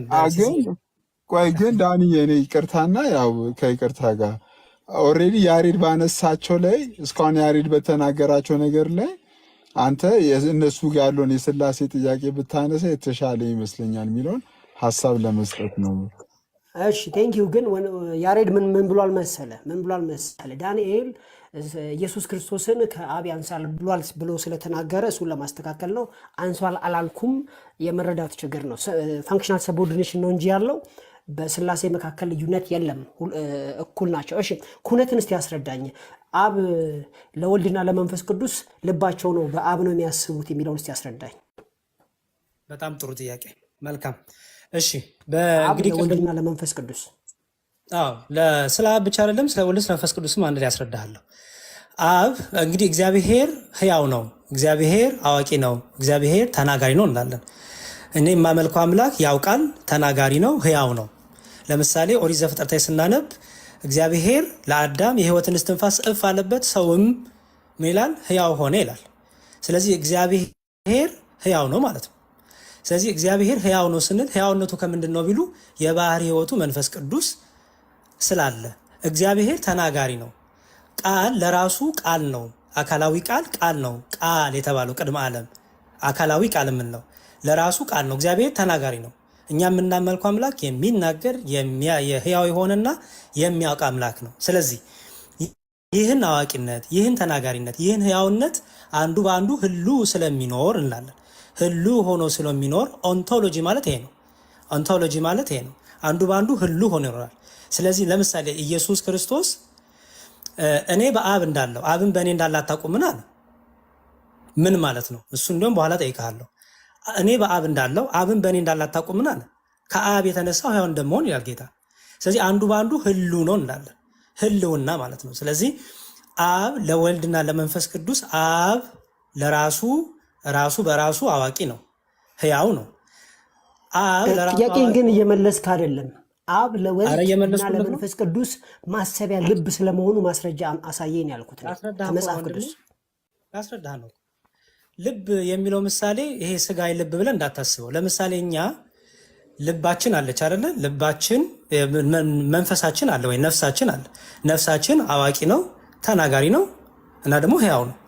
እኛን ይህን ተናጋሪነት አዋቂነትና ሕያውነት የሰጠን እግዚአብሔር እርሱ ተናጋሪ አይደለም፣ እሱ ሕያው አይደለም፣ እሱ አዋቂ አይደለም ብለን ውሸት ነው የሚሆንብን። ስለዚህ ልብ፣ ቃል፣ እስትንፋስ እያልን ስናስረዳ በሰዋዊ መልኩ ያስረዳ ነው የስላሴ ነገር መጽሐፍ ቅዱሱን በገለጠልን ልክ ሰው በሚረዳው ልክ እንዲቀመጥ ነው። ለምሳሌ አብ ለወልድ ልቡ ነው፣ ለወልድና ለመንፈስ ቅዱስ ልቡ ነው። ስለምንድን ነው? በአብ ልብነት በአብ አዋቂነት ወልድም መንፈስ ቅዱስም አብም ጭምር ስላሴ አንዱ መለኮት አዋቂ ሆኖ ይኖራል እያልን ነው ማለት ነው። ወልድም እንደዛው መንፈስ ቅዱስንም እንደዛው። ለምሳሌ ዳንኤል ተራይ ሲደርስ ልጠይቅ። ተራይ ሲደርስ ማነሳውን ነገር አሁን ማንሳት አልፈልግም። አሁንም በጥቅስ አላስደገፍከውም። አብ ወልድና የመንፈስ ቅዱስ ልባቸው ነው ካልክ በኋላ አብና መንፈስ ቅዱስ ወልድና መንፈስ ቅዱስ በአብ ነው የሚያስቡት የሚለውንም በማስረጃ አቅርብልኝ ፕሊዝ፣ በጥቅስ። ምን ችግር አለው? ላሳየህ። ማቴዎስ ወንጌል ምዕራፍ 24 ላይ እንዲህ ይላል። እሺ ስለዛሽ ቀንና ስለዛሽ ሰዓት ከአባት ብቻ በቀር የሰማይ መላእክትን ቢሆን ልጅም ቢሆን የሚያውቅ የለም ይላል። አብ አዋቂ ነው አይደለ? አዎ አዋቂ ነው። ወልድም ያውቃል፣ መንፈስ ቅዱስም ያውቃል።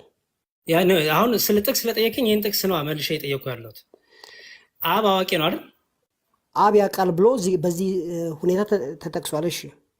እሺ ወልድ ያውቅም ማለት ነው? አብ የሚያውቀውን እኮ በስጋ ነው አልኩ እኮ ቅድም። እኔ በስጋ የማያውቀውን ወልድ እኮ ያድጋል ይኖራል። እኛ እያወራን ያለው ዳኒ ስለ ስጋዊ አይደለም፣ እያወራን ያለው ስለ ስላሴ ነው። ቅድመ ዓለም ስለዚህ ስለነበረው ስላሴ ነው የምናወራው፣ ስለ ስጋ አይደለም የምናወራው። እስቲ አብራራልኝ። እኔ አሁን በአብ ነው የሚያስቡት የሚለውን ከዚህ ጥቅስ አምጣልኝ እስቲ። እኮ እያሳየው እኮ ነው። ይኸው ስለዛች ቀንና ስለዛች ሰዓት ከአባት ብቻ በቀር የሰማይ መላእክትን ቢሆን ልጅም ቢሆንም የሚያውቅ የለም ሲባል አሁን እዚህ ጋር ምን አልከኝ? በስጋ አልከኝ። እዚህ ጋር ግን ያ ቃል የተባለው አብ ነው አይደለ? አይደል? አዎ አብ ነው። ኦኬ አዋቂነት ለአብ ተነገረ አይደል? ለአብ የተነገረው አዋቂነት ወልድ አያውቀውም። የአብ ማወቅ ማለት የወልድ ማወቅ አይደለም። አብ በወልድ ወልድ በአብ አይኖርም እኮ ይኖራል። ግን አሁንም ቢሆን የሚያስቡት በአብ ነው የሚለውም በማስረጃ አሳየኝ። እየነገው እኮ ነው። አብ በወልድ ይኖራል፣ ወልድም በአብ ይኖራል። አብ አዋቂ ነው። አብ በወልዱ ስለሚኖር ህሉ ስለሆነ አብ አዋቂ ነው፣ ወልድም አዋቂ ነው፣ መንፈስ ቅዱስም አዋቂ ነው። በአብ አዋቂነት በአብ ልብነት አብም አዋቂ ነው፣ ወልድም አዋቂ ነው። እሱን እስማማለሁ። ምክንያቱም ኢየሱስ ክርስቶስ መለኮት ስለሆነ ሁሉን ያውቃል። በመለኮትነቱ በሰውነቱ ነው። እሱን አይጠየቁም። እሱ ሳይሆን ያስረዳው ህሉ አብ በወልድ እንዴት ነው የሚኖረው? አብ በወልድ ውስጥ ህሉ ነው፣ ወልድ በአብ ውስጥ ህሉ ነው። አሁን የጠየቅኩት ጥያቄ ግን ስፔሲፊካሊ ምንድን ነው የሚለው ወልድና መንፈስ ቅዱስ በአብ ላይ እንዴት ነው የሚያስቡት? አብን ተጠቅመው ይሄንን መጽሐፍ ቅዱስ አያደርግልኝ። እየነገው እኮ ነው። አብ በወልድ ካለ ወልድ በአብ ካለ መንፈስ ቅዱስ በአብና በወልድ የለም? ይኖራል አይደል? ይኖራል። ግን ይሄ ማለት በአብ እንደሚያስቡ ማስረጃ ሊሆን ይችላል። አዎ፣ ምክንያቱም በአብ ውስጥ ወልድ አለ፣ ወልድ በአብ ውስጥ አለ። ምክንያቱም አብ ወልድን አስገኘ፣ ወለደን አይደለ? ቅድመ ዓለም ያ መንፈስ ቅዱስን አሰረጸን አለን ቅድመ ዓለም አይደል ዳኒ? እውነት ነው። ስለዚህ አብ በወልድና በመንፈስ ቅዱስ ህሉ ሆኖ አይኖርም? ይኖራል። ይሄ ህሉ ሆኖ ሲኖር ወልድ በአብ ውስጥ አንዴ ቦዝ ዳይሬክሽን ነው። አብ በወልድ ውስጥ ወልድ በአብ ውስጥ ነው እንጂ እዚህ ጋር ግን ማሰብን ለአብ ነው የሰጣችሁት፣ መናገርን ለወልድ ነው የሰጣችሁት፣ ህይወትነትን ለመንፈስ ቅዱስ ነው የሰጣችሁትና እንደዚህ ዲስቲንክት የሆነ መጽሐፍ ቅዱሳዊ ጥቅስ አላችሁ። ኦኬ፣ በጣም ጥሩ። እሺ እንግዲህ እንደ እሱን ላሳየህ፣ እንደሱ ከሆነ ከፈለግ። እሺ ከመጽሐፈ ኢዮብ ልጀምርልህና ከዛ መዝሙረ ዳዊትም ሄድኩ ይላል ማለት ነው።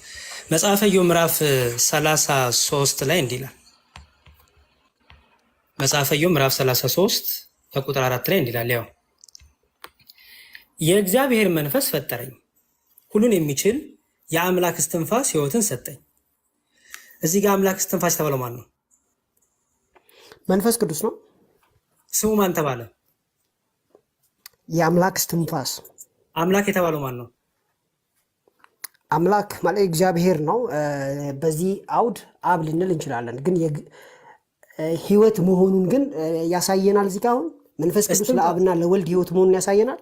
እስትንፋስ ማለት ማለት ነው ህያውነት አይደለ? እስትንፋስ ማለት እስትንፋስ ማለት ብሪዝ ማለት ነው፣ ወይም ደግሞ ስፒሪትነት መንፈስ እንደማለት ነው። ለስላሴ ዳንኤ፣ አሁን እኮ እኔ ጥያቄ ሰዓት አደረኩብህ። የአንተን ጥያቄ ጨርስ። ለማንኛውም ለማስረጃ ግን እየሰጠው ነው። የእግዚአብሔር መንፈስ ፈጠረኝ፣ መንፈስ ቅዱስን ፈጠረኝ አለ። የእግዚአብሔር መንፈስ ፈጠረኝ። መንፈስ የተባለው መንፈስ ቅዱስ ነው። የእግዚአብሔር መንፈስ እግዚአብሔር ለአብ መንፈስ ፈጠረኝ፣ መንፈስ ቅዱስ ሁሉን የሚችል የአምላክ እስትንፋስ ይለዋል። አየው፣ እስትንፋስ ብሎ መንፈስ ቅዱስን ሰጠ። እስትንፋስ ብሎ ጠራው። አሁን እስትንፋስ ሲባል እኔና እናን በስጋዊ እንደምታስበው ሳይሆን እስትንፋስ ብሎ እኛ እንድረዳው ሲጽፍልን ኢዮብ ምን እያለ ነው? ህያውነት ያለው ህይወትን የሚሰጥ ራሱ በባህሪው ህያው የሆነው እስትንፋስ የሆነው መንፈስ ቅዱስ የአምላክ እስትንፋስ ነው ይላል አይደለ? እዚህ ጋር አምላክ እስትንፋስ እናንተ ወደፊት ገፋ ታደርጉታላችሁ። መንፈስ ቅዱስ የአብና የወልድ ህይወቱ ነው የምትሉት። መጽሐፍ ቅዱስ ግን የሚለው አብ ህይወት እንዳለው ለወልድም ህይወትን ሰጥቶታል ነው እንጂ የሚለው መንፈስ ቅዱስ የአብና የወልድ ህይወት ነው አይልም መጽሐፍ ቅዱስ። የአምላክ እስትንፋስ ማለት ነው ሆሊ ስፒሪት ማለት የእግዚአብሔር መንፈስ ማለት ነው። እኔ እስትንፋስ የጠየቅኩት ስለ ስፒሪት አይደለም። ይኸው ስማ ሆሊ ስፒሪት መንፈስ ይላል። የአምላክ እስትንፋስ ነው የሚለው እዚህ ጋር። እስትንፋስ ሲል ማለት ነው እስትንፋስ ማለት ብሪዝ ማለት ነው። እኔ አሁን የህብሪውን ቃል አውጥቼ እንዳሳየን የፈለግከው አይ ዶንት አንደርስታንድ። የእግዚአብሔር መንፈስ አልኩህ እኮ። እስትንፋስ ይኸውልህ፣ መንፈስማ መንፈስ ብሎታል እዚህ ጋር። የእግዚአብሔር መንፈስ ፈጠረኝ ብሎታል። ቀጥሎ ግን የአምላክ እስትንፋስ ህይወትን ሰጠኝ ይላል። የአምላክ እስትንፋስ ሁለቱ ቃል ተመሳይ ቃል ነው የሚሆነው። ጀስት ጥቅሱን ንገረኝ። ኢዮብ ስንት ነበር? 33:4 እሺ፣ ቃሉ አንድ አይነት ነው የሚሆነው በነገራችን ላይ። እሺ ከፍታ አሳየኝ። ኦኬ ሶሪ፣ ይለያያል። ብሪዝ፣ ብላስት፣ ስፒሪት እና ኢንስፓሬሽን ሶል ነው የሚለው ኬጂቪው። ከተለያየም ማለት ነው። አንድ አይነት ነው ብለህ ነበር። ከተለያየም ማለት ነው ትርጉሙ። እንትኑም ራሱ ስፒሪት ራሱ የሚለው ምን ይላል መሰለ? ስፒሪት፣ ዊንድ፣ ብሪዝ ሳይድ ማይንድ ብላስት ቬይን ኤር ነው የሚለው።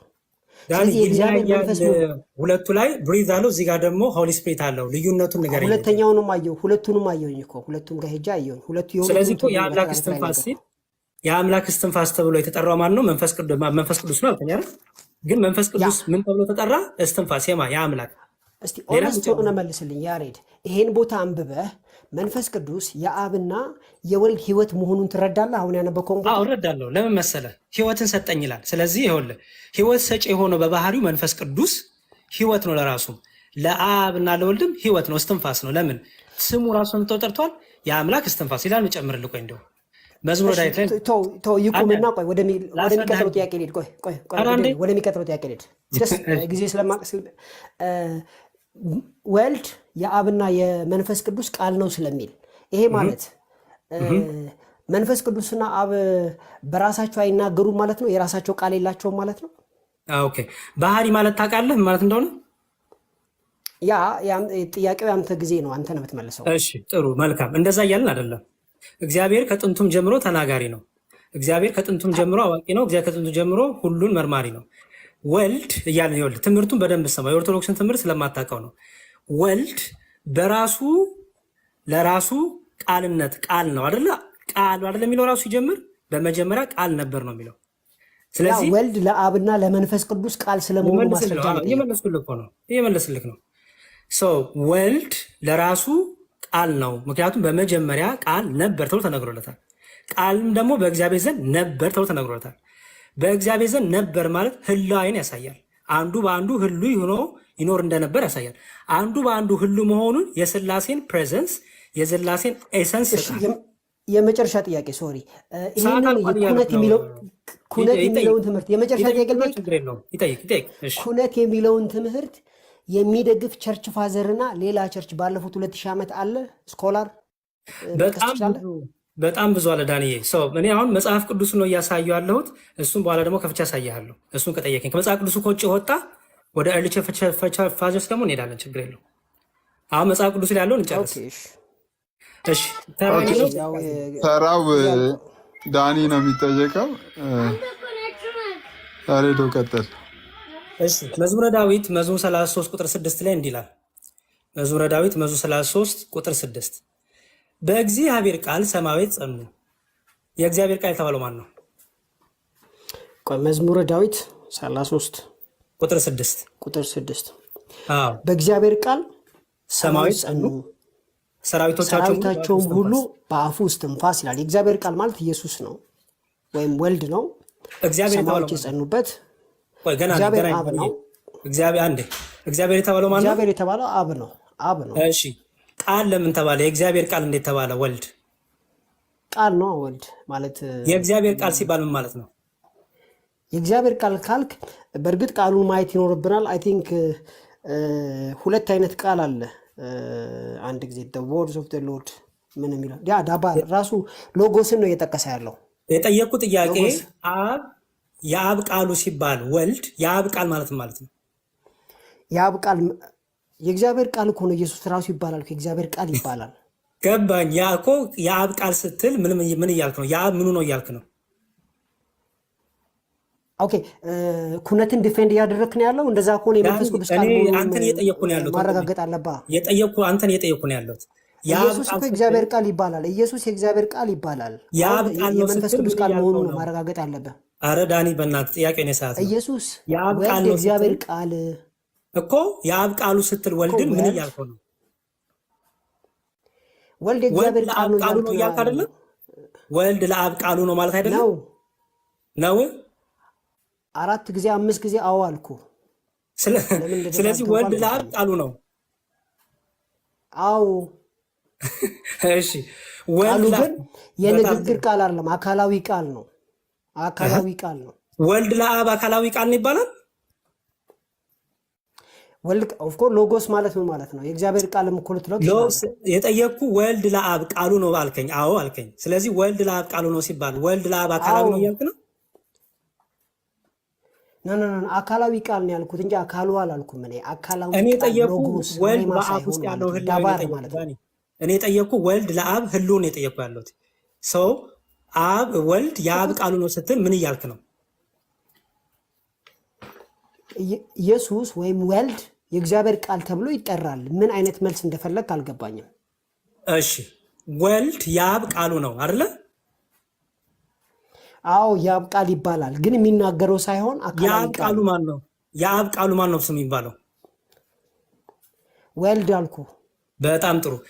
እሺ ሰራዊቶቻቸው ሙሉ በአፉ እስትንፋስ የተባለው ማን ነው? እዚህ ጋር የአፉ እስትንፋስ ሆሊ ስፒሪት ነው የሚሆነው። የማን አፍ? የእግዚአብሔር የአፉ እስትንፋስ አልኩኝ። በጣም ጥሩ። ስለዚህ የአፉ እስትንፋስ ማለት ነው መንፈስ ቅዱስ ማለት ነው። መንፈስ ቅዱስ ለእግዚአብሔር ወይም ለአብ ምንድን ነው እየተባለ ነው? የአፉ እስትንፋስ ልንል እንችላለን። የኢየሱስ ክርስቶስ እስትንፋስ መሆኑን ማረጋገጥ ነው ያለብህ። እግዚአብሔር ስንል ሶስቱንም ግማሽ 50% እንትን ያመጣው እኮ ይኸውልህ፣ እግዚአብሔር ስንል እኛ ሶስቱንም ይወክላል ወንድሜ። እግዚአብሔር ስንል አብን፣ ወልድን፣ መንፈስ ቅዱስን ይወክላል። ስለዚህ በእግዚአብሔር ቃል ሲባል በመፍጠር አብም ወልድም መንፈስ ቅዱስም አንዲት ፈጣሪ አንዲት መለኮት እንዳለ ያሳያል። ስለዚህ በእግዚአብሔር ቃል እኛም እንደዛ ነው የምናምነው። አሁን እኮ ኩነትን የማንቀበለው እንጂ አሁን ኩነትን አንተ ራስህ እኮ አመንክ። ምን አልከኝ? እሺ አላመንኩም። የማን እስትንፋስ ነው? መንፈስ ቅዱስ የማን እስትንፋስ ነው? የእግዚአብሔር እስትንፋስ እኮ አልኩ። የእግዚአብሔር መንፈስ ይባላል፣ የእግዚአብሔር እስትንፋስ ይባላል። ይሄ ትክክል የምንቀበለው ነው። የእግዚአብሔር እስትንፋስ ነው ስትል የእግዚአብሔር መንፈስ ማለት ነው። የእግዚአብሔር መንፈስ፣ የእግዚአብሔር እስትንፋስ፣ መንፈስ ቅዱስ ማለት ነው። ይሄ ማለት ግን ኩነትን ዲስክራይብ አያደርግም። ዳኒ የእግዚአብሔር እስትንፋስ ማለት ነው። ፍታልኝ። የእግዚአብሔር መንፈስ ማለት ነው አልኩኝ። የእግዚአብሔር መንፈስ የእግዚአብሔር እስትንፋስ ሲባል ምን እስትንፋስ ማለት ነው? እስትንፋስ ማለት የሚተነፍሰው ማለት ሳይሆን መንፈስ የሆነው የእግዚአብሔር ክፍል ማለት ነው። መንፈስ እግዚአብሔር መንፈስ ነው፣ ግን መንፈስ ቅዱስ መንፈስ የሆነ የእግዚአብሔር ክፍል ደግሞ ይባላል። ኖ መንፈስ ቅዱስ አንደኛ እግዚአብሔር መንፈስ ነው፣ ሁለተኛ መንፈስ ቅዱስ ደግሞ የእግዚአብሔር መንፈስ ይባላል።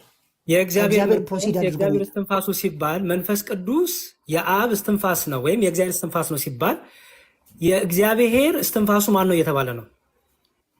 መንፈስ ቅዱስ የእግዚአብሔር እስትንፋስ ነው። ይሄ ማለት መንፈስ ቅዱስ እግዚአብሔር የሚተነፍሰው ማለት አለ የእግዚአብሔር መንፈስ ማለት ነው። በቃ ትቼላለሁ፣ ችግር የለውም። እሺ አልመለስክልኝም፣ ወደ ሌላ ልሂድ።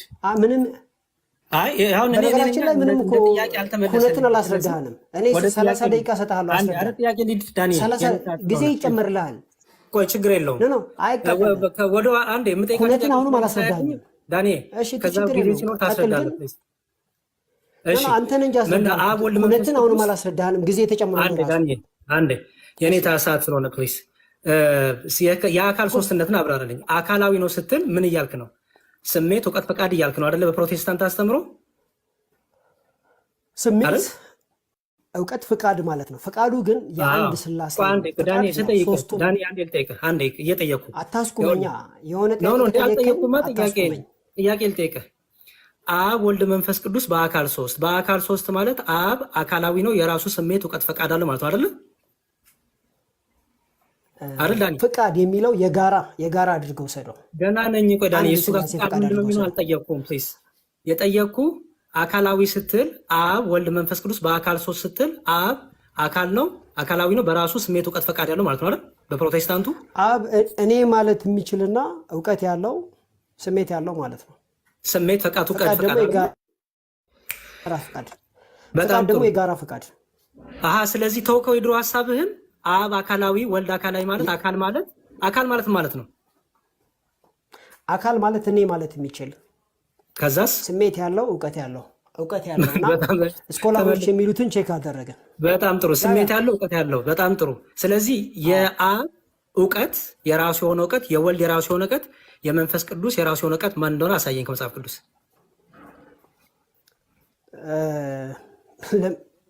ኦኬ አይ ካን ሾው ዩ ኢትስ ኦኬ፣ ችግር የለውም።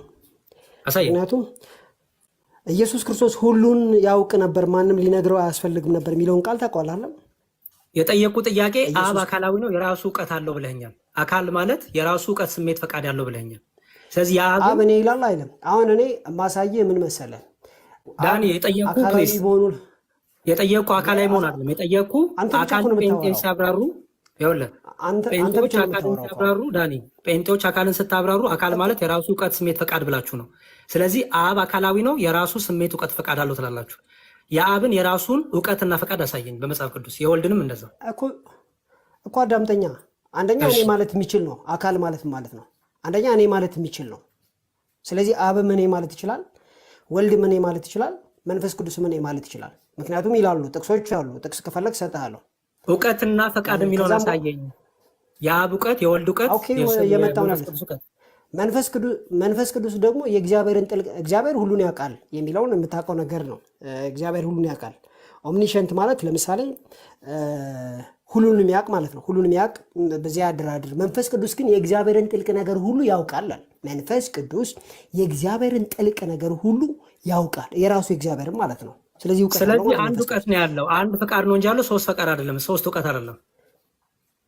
ኖ እግዚአብሔር ኦፍኮርስ ኢንዳይሬክትሊ አንድ ፍቃድ ነው ያለው፣ አንድ እውቀት ነው ያለው። ይሄ እውቀት ግን መጽሐፍ ቅዱስ ውስጥ የተቀመጠው የሶስቱ አንድ ያዳምጠኛ ብራዘር፣ ጥያቄ ከጠይቅ በኋላ አዳምጥ። እያምታታኝ እኮ ነው። አንድ ኢንዳይሬክትሊ አንድ ፍቃድ ካለ ዳይሬክትሊ ግን ሶስት ፈቃድ ነው። አዳምጣ፣ ሳታወራ አዳምጣ፣ ሳታወራ አዳምጥ። እኔ አሁን ያወራው ነው፣ ሳታወራ አዳምጥ።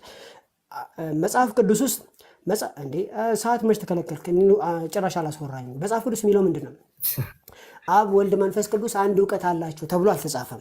ምንድን ነው የተባለው? መንፈስ ቅዱስ የእግዚአብሔርን ጥልቅ ነገር ሁሉ ይመረምራል ያውቃል። ኢየሱስ ደግሞ የሰው ልብ ሁሉ ያውቃል። አብ ወልድ መንፈስ ቅዱስ አንድ እውቀት አላቸው የላቸውም? ወል ኢንዳይሬክትሊ አንድ እውቀት አላቸው። ይሄ እውቀት ግን ለብቻ ለብቻ ነው የተገለጠው። አብ የራሱ እውቀት ሙሉ እንደሆነ የወልድም አብ የሚያውቀውን ወልድ ያውቅም። ኮምፕሊት እኮ ነው እውቀቱ እኮ ወሰን የሌለው ዳንዬ። አብ የሚያውቀውን ወልድ ያውቅም። በስጋ አባቴ ያውቃል፣ በስጋ አባቴ ያውቃል፣ እኔ አላውቅም ያለበት ቦታ አለ። ማወቅ የመለኮት ባህሪ ነው ወይ የስጋ ባህሪ ነው? ዳኒ ማወቅ የመለኮት ባህሪ ነው አይደል? የመለኮትም የስጋም ባህሪ ነው። መለኮትን በተመለከተ ወልድ ሁሉንም ያውቃል። አሁንም ይኸውልህ ኢንዳይሬክትሊ ዳይሬክትሊ የሚለውን ነገር ተወውና ዳኒ፣ አብ ወልድ መንፈስ ቅዱስ አንዲት እውቀት አንዲት ፈቃድ አላቸው የላቸውም? ይለያያሉ። አንድ አካል ልታደርጋቸው ፈልጋል እኮ አንተ። አሁን እኔ ጠየቅኩህ ስለ እውቀት ስለ ፈቃድ የጠየቅኩህ ስለ አካል አልጠየቅኩም። የጠየቅኩህ አብ ወልድ መንፈስ ቅዱስ አንዲት እውቀት አንዲት ፈቃድ አላቸው የላቸውም?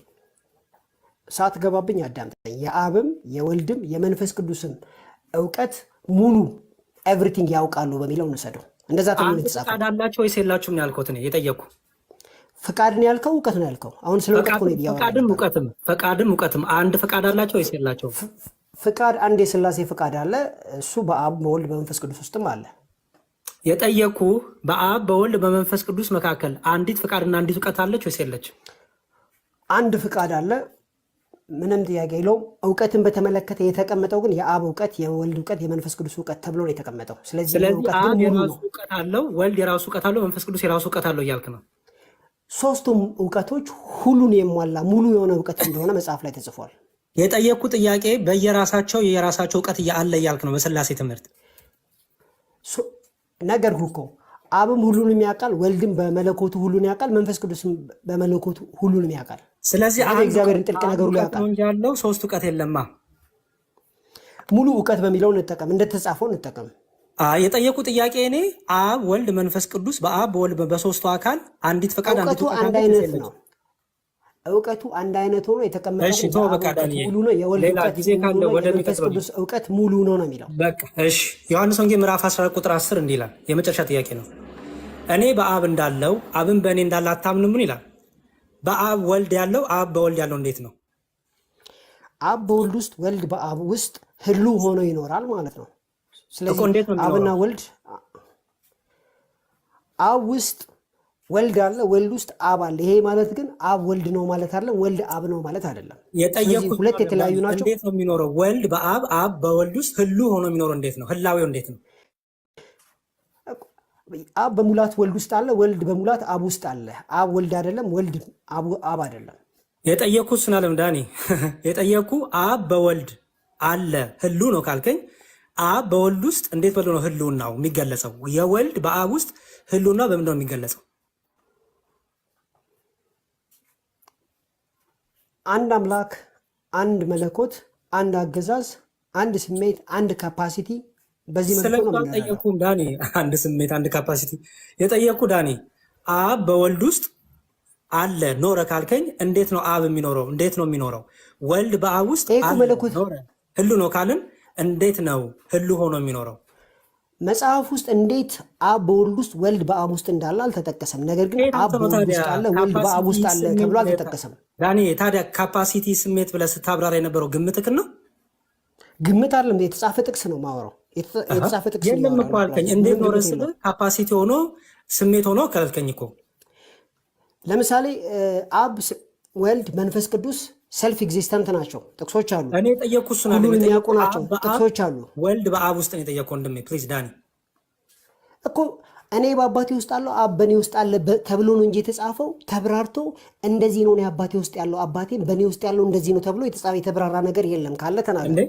አብ በወልድ ውስጥ ሲኖር ምኑ ነው መገለጫው? የአብ መኖሩ። ወልድ በአብ ውስጥ ሲኖር መንፈስ ቅዱስን በአብና በወልድ ውስጥ ሲኖር ምኑ ነው መገለጫው? ህላዌ ታዲያ ምንድን ነው?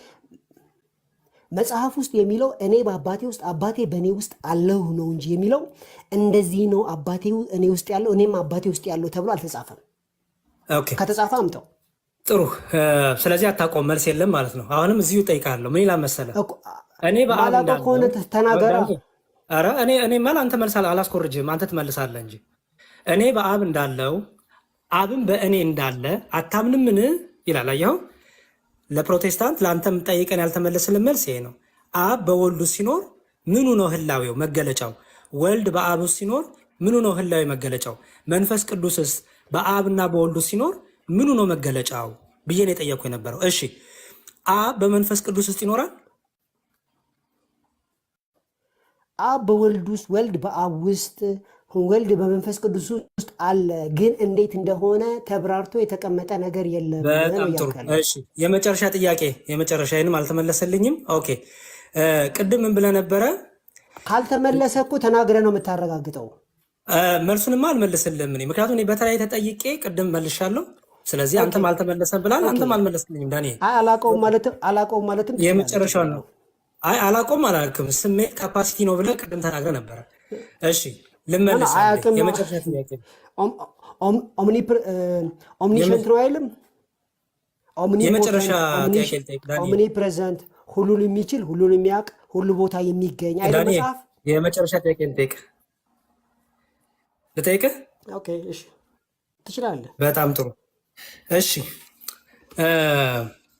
ቅድም ምን ብለህ ነበረ? ስለ ስላሴ ካቶሊኮች እና ኦርቶዶክሶች ላይ ያነሳው ነገር ነበር። ትዝ ይላል አይደለ? አዎ ይለኛል። ኦኬ ምን ነበር ያልከው? ድገምላቸው አንዴ። መንፈስ ቅዱስ የሚሰርጸው ከአብና ከወልድ ነው ብሎ የሚያምኑ እናንተ ምን የምታላቸው አባቶች አሉ ነው ያልኩት። አታቋርጠኝ። የሆነ ነገር ከጠየቅ በኋላ በፍጥነት ነገሩ ሲያልቅ እንድታስታውሳቸው ረሳው መቻልኩ ነ ኦርቶዶክስ አስታወስኩ። ስለዚህ ይህንን የሚደግፉ አባቶች ለምሳሌ ባሲሮስ ሲሳሪያ አንድ ጥያቄ ጠይቃለሁ፣ አዳምጥኝ። ስጠይቅ ትመልስልኛለህ። አሁን ኦርቶዶክስ ዋና አባቶች ይደግፉታል። የተፈጠረ አይደለም ነው ጥያቄው። ጥሩ። ኦርቶዶክስ መንፈስ ቅዱስ ከአብና ከወልድ ነው የሚሰርጸው ብላ ታስተምራለች? አታስተምርም። አንተ መንፈስ ቅዱስ ከአብና ከወልድ ይሰርጻል ብለህ ታምናለህ? ወይ አባቶች ብለዋል። ስለዚህ የማላምንበት ምንም ምክንያት የለም። ስለዚህ መንፈስ ቅዱስ ከአብና ከወልድ ነው የሚሰርጸው? አዎ። ኦኬ በጣም ጥሩ። ማስረጃ ስጠኝ። መንፈስ ቅዱስ ይኸው የሥላሴ ትም ልዩነታችን ይሄ ነው እንግዲህ። መንፈስ ቅዱስ እኛ ከአብ ብቻ ይሰርጻል ነው የምንለው። አንተ ግን ከቸርች ፋዘር ይኸውልህ ባሲሎስ ሲሳሪያ፣ ግሪጎሪ ናዚያንዘስ፣ ግሪጎሪ ኒሳ። ዳኒ አንዴ ከመጽሐፍ ቅዱስ ጠኝ መጀመሪያ። ስለዚህ ጎርጎሮፍ ዘንዚናዙ አትቀበልም ማለት ነው። ከመጽሐፍ ቅዱስ አንዴ ስጠኝ ፕሊዝ። ከመጽሐፍ ቅዱስ ጠኝ አንዴ። ፋዘር እንቀበላለሁ ትሉ የለ እንዴ? አረ ዳኒ ፕሊዝ። መጽሐፍ ቅዱስ ከሌለ ወደ ቸርች ፋዘር ስንሄድ መጽሐፍ ቅዱስ ላይ ስለዚህ አጋጣሚ በእጄ ስለያዝኩት ነው። ስለዚህ ጎርጎሮስ ዘንዚናዙ አትቀበልም። ዳኒ መጽሐፍ ቅዱስ ላይ አለ ወይስ የለም? ከሌለ ወደ ቸርች ፋዘር ስንሄድ አለ የአባቴ የሆነ በሙሉ የኔ ነው ይላል ኢየሱስ ክርስቶስ። የአባቴ የሆነ በሙሉ የኔ ነው ይላል ጌታ ኢየሱስ። ስለዚህ የአባቱ የሆነ ማለት መንፈስ ተብሎ ተጽፏል። ስለዚህ የአባቱ የሆነ የኔ ነው ማለት ከአብ የሚሰርጸው መንፈስ ቅዱስ ከኔ የሚሰርጻል እያለ ነው። ኤቭሪቲንግ የኔ ነው ማለት ነው። የአባቴ የሆነ በሙሉ የኔ ነው ይላል። ስለዚህ ይህን እንዴት ታደርገዋለህ? አባቶችም ዋናው መነሻቸው ይሄ ነው። ችግር የለው። መንፈስ ቅዱስ ከአብ እንደሚሰርጸው ከአብ በሚሰርጸው ልክ ከወልድም ይሰርጻል እያልክ ነው አይደል? አዎ። ኦኬ፣ አሁን የአባቶችን አሳየኝ። መጽሐፍ ቅዱስ ታሳየኝ ስላልቻልክ ወደ አባቶች ክፈትና አሳየኝ። መጽሐፍ ቅዱስ ላይ እስቲ እዚህ ቦታ አይደል ያንዴ መጽሐፍ ቅዱስ አውጣና ዮሐንስ 14:26 ዮሐንስ 14:26 አንብብልኝ። ዮሐንስ 14:26 እዛ ላይ ነው ያለው። ደግሞ የሚገርም ከዛ እንዲሁም እንትንም ከፍትላለሁ። እሺ ካቴና ባይበልን ከፍተን ልቸች ፋዘር ሲላቱን ደግሞ እናያለን። እንዲሁም እሱንም ላሳየ አንድ ላይ ነው እንድናየው። ኦኬ ይኸው ዮሐንስ ጃን ካቴና ላይ ነው ያለው። ጃን 16 ኖ አሁን 14:26 ዮሐንስ 14:26 በዛው ትርጓሜው እንድናይ ነው ጊዜ ለመቆጠብ። እሺ ነው ችግር የለውም። 14:26 እንዲህ ይላል፣ አብ በስሜ የሚልከው ግን መንፈስ ቅዱስ የሆነው አጽናኝ እርሱ ሁሉን ያስተምራችኋል፣ እኔም የነገርኳችሁ ላይ ያሳስባችኋል። አብ በስሜ የሚልከው ነው የሚለው ከእኔ ይላካል ላይ ነው። ኦኬ አሁን እሱን ትይዝና 15:26 ደግሞ ይድልኝ ከዛ እናወዳድራቸው። ይሄን ፍታለኝ እንጂ ጥቅስ ለጥቅስ አኔ በስሜ የሚልከው ማን ነው የሚልከው? እዚህ ጋር ጎን ለጎን ነው። እዚህ ጋር ከአብ እንደሚወጣ ነው። አሁን ደግሞ ያሳየው ከመንፈስ ቅዱስ ከወልድ እንደሚሆን ነው። ሁለቱን እናወዳድራቸዋለን። እሺ ዮሐንስ 15:26 when the helper comes whom I will send ነው የሚለው እዚህ ጋር አንዴ ይኸውልህ። ዳሩ ግን ከአብ ዘንድ የምልክላችሁ ነው የሚለው አጽናኝ እርሱም ከአብ የሚወጣው የምልክላችሁ እንጂ የሚለው የማወጣላችሁ አይደለም። የሚወጣው የሚሰርጸው ከአብ ብቻ ነው፣ ከመንፈስ ቅዱስ አይሰርጽም። መልአክና ማስረጽ የተለያየ ነው ወንድሜ። ኢየሱስ ክርስቶስ ከአብ ሰረጸ ነው የሚለው። አንዴ ዳኒ ጥያቄውን የሰዓት ነው። ይኸው ዳሩ ግን ይላል ዳኒ ዳሩ ግን ኢየሱስ ክርስቶስ ከአብ ሰረጸ ነው የሚለው ከአብ። አንዴ ስማኝ ዳኒ ኢየሱስ ክርስቶስ ዳሩ ግን እኔ ከአብ ዘንድ የምልክ አንድ ጊዜ አዳምጠኝ። እሺ ዳሩ ግን እንዴ ጎርጎሮች ዘንዚናዙ እኮ የቤተ ክርስቲያናችሁ ያከበረችው አባት አሳየኝ። ከፍታ አሳየኝ። አሳየኛ ከፍታ አሳየኝ። አሳያለሁ። ዳሩ ግን አሳየኝና ዳኒ ከአብ ዘንድ የምልክላችሁ ልጨርስ ነው፣ ወደዛ እንሄዳለን። እሺ ዳሩ ግን እኔ ከአብ ዘንድ የምልክላችሁ ቀጥል። ሶሪ እሺ ዳሩ ግን እኔ ከአብ ዘንድ የምልክላችሁ አጽናኝ እርሱም ከአብ የሚወጣ የእውነት መንፈስ በመጣ ጊዜ እርሱ ስለ እኔ ይመሰክራላል። አንድ ጥቅስ ጨምራለሁ። ሶሪ አንዴ ቆይ። ከአብ ዘንድ የምልክላችሁና መንፈስ ቅዱስ ወጣ የተባለው ከአብ ነው ከወልድ ነው? ዳኒ የአባቴ የሆነ ዳኒ የጠየቁ መንፈስ ቅዱስ ወጣ ተብሎ የተነገረው ከአብ ነው ከወልድ ነው? ከአብና ከወልድ ብያለሁ ብራዘር። አይልም መጽሐፍ ቅዱስ ማስረጃ ስጠኝ። ከአብና ከወልድ መንፈስ ቅዱስ ወጣ የሚል አሳየኝ። እሺ አንዴ 30 ሴኮንድ 9 ሰዓቴ ካለቀ ምልክት ስጠኝ። እሺ ሲሲዬ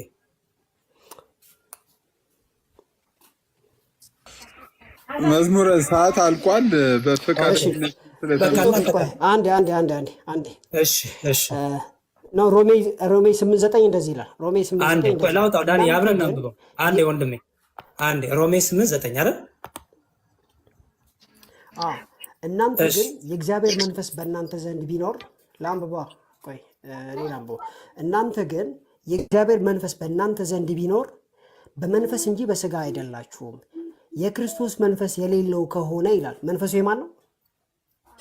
ያው የእርሱ ወገን አይደለም ይላል። ዳኒ የፈለግነው የክርስቶስ መንፈስ ወንድሜ፣ የክርስቶስ መንፈስ ሲል ማለት ነው የክርስቶስ የሆነው መንፈስ ማለት ነው። የክርስቶስ መንፈስ ለምሳሌ የክርስቶስ መንፈስ ሲል እዚህ ጋር አውዳዊ ፍቹ ምንድን ነው ዳኒ? የክርስቶስ የሆነው መንፈስ ማለት ነው። የአባቱ ብቻ መንፈስ አይደለም ማለት ነው። ይሄ መንፈስ የክርስቶስ መንፈስ ነው ማለት ነው። አውዱኔውም እንደሚል እናንተ ግን የእግዚአብሔር መንፈስ በእናንተ ዘንድ ቢኖር በመንፈስ እንጂ በስጋ አይደላችሁም። ኦኬ የክርስቶስ መንፈስ ሊቀጥሉ ነው። ኧረ ዳኒ ተው በእናትህ ከጥቅስ አንዝላል። እዚሁ ሁን አንዴን ጨርስ። የክርስቶስ መንፈስ የሌለው ከሆነ ግን ይሄ ጥያቄ ፊሎኬን የሚደግፉ ጥቅሶች ነው ያልካል። የክርስቶስ መንፈስ ለምን ተባለ? በቃ ዳኒ የክርስቶስ መንፈስ ለምን ተባለ? ዳኒ አጠቃለና የክርስቶስ መንፈስ ለምን ተባለ? እኔ አብራራ አንተ ኦኬ እኔ አብራራለሁ። እሺ አብራራና አጠቃለ ጨርስ። የመጨረሻ ጥቅስ ልጨምርና እንጨርሳለን። እሺ ኦኬ ልጆችም ስለሆናችሁ እግዚአብሔር አባት የሚጮህ የልጁን መንፈስ በልባችሁ ውስጥ ላከ ይላል። ይሄ መንፈስ ቅዱስ የልጁ መንፈስ የኔም የአባቴ የሆነው የኔም ተብሏል። በዚህ ጥቅስ ምክንያት አባቶች ምን ብለዋል? በዚህ ምክንያት መንፈስ ቅዱስ ከአብም ከወልድም ይሰርጻል አሉ። ጎርጎርዮስ ዘንዚናዙ እንደገና ደግሞ ማስረጃ ከፍታ አሳየን ፕሊዝ። እሺ ማስረጃ እሺ ትልቁ ላይ ሆነ ሰርቲ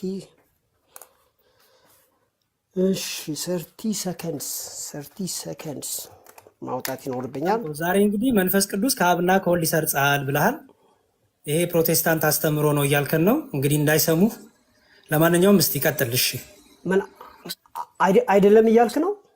አይ እንግዲህ ራሳቸው ይነግረዋል። እንግዲህ ሲሴም አለ ሌሎችም ፕሮቴስታንቶች አሉ መንፈስ ቅዱስ ከአብ ይሰርጻል አይደለም እያልክ ነው ብለው ካስተማሩ እንግዲህ አንተ ታውቃለህ እኮ አይደለም እያልክ ነው ወይ ነው ጥያቄው? መንፈስ ቅዱስ ከአብ ብቻ ነው የሚሰርጸው። ክርስቲያናዊ ትምህርት ነው። ፊሎኬ ማለት ነው። ዳኒ ማስረጃን አቅርብ ፕሊዝ ወንድሜ። ፊሎኬ ማለት ኤንድ ፍሮም ዘ ሳን ማለት ነው ብራዘር። ችግር የለውም። እሺ ማስረጃን አቅርብ ዳኒ። እያወጣሁ ነው። አንድ ጊዜ ኮምፒውተር እየከፈትኩ ነው። ቸርች ፋዘርስ ኦኬ። እንዴት አድርጌ ነው የማወጣው? እሺ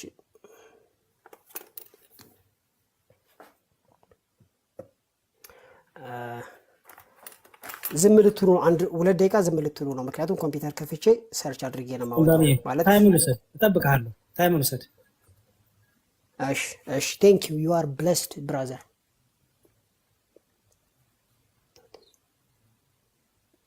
ሲስ በዚህ አጋጣሚ ካለህ ልክ ማጠቃለያውን ሲጨርሱ ምናልባት ጥያቄ መጠየቅ ብንችልኛ ሁለት ወይ አንዳንድ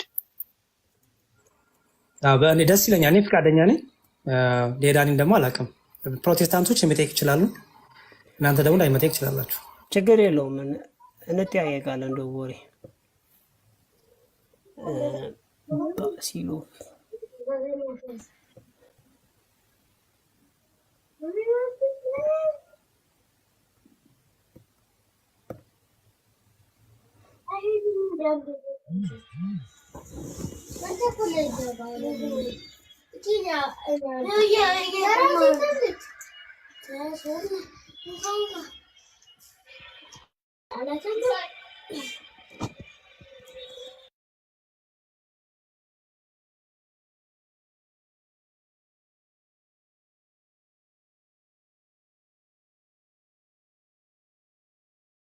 ሲሲዬ እሱ እስኪዘጋጅ ሰላምታ እንለዋወጣ።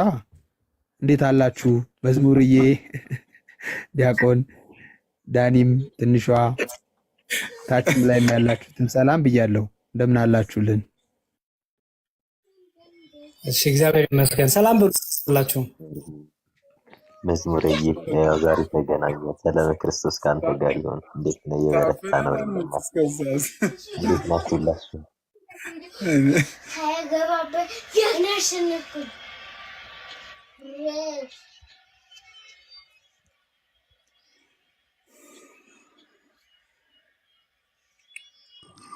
መምህር ቢኒ እንዴት ኖት? እንኳን አደረሰዎት። ሁሉ ሰላም ነው ወይ? እግዚአብሔር ይመስገን። እንኳን አብሮ አደረሰን። ሁላችሁም በያላችሁበት ሰዓት አቆጣጠር በድጋሚ ሰላም ብያለሁ። ሰላም ክርስቶስ ይብዛላችሁ። በክርስቶስ ኢየሱስ ፍጹም ሰላም ብያለሁ።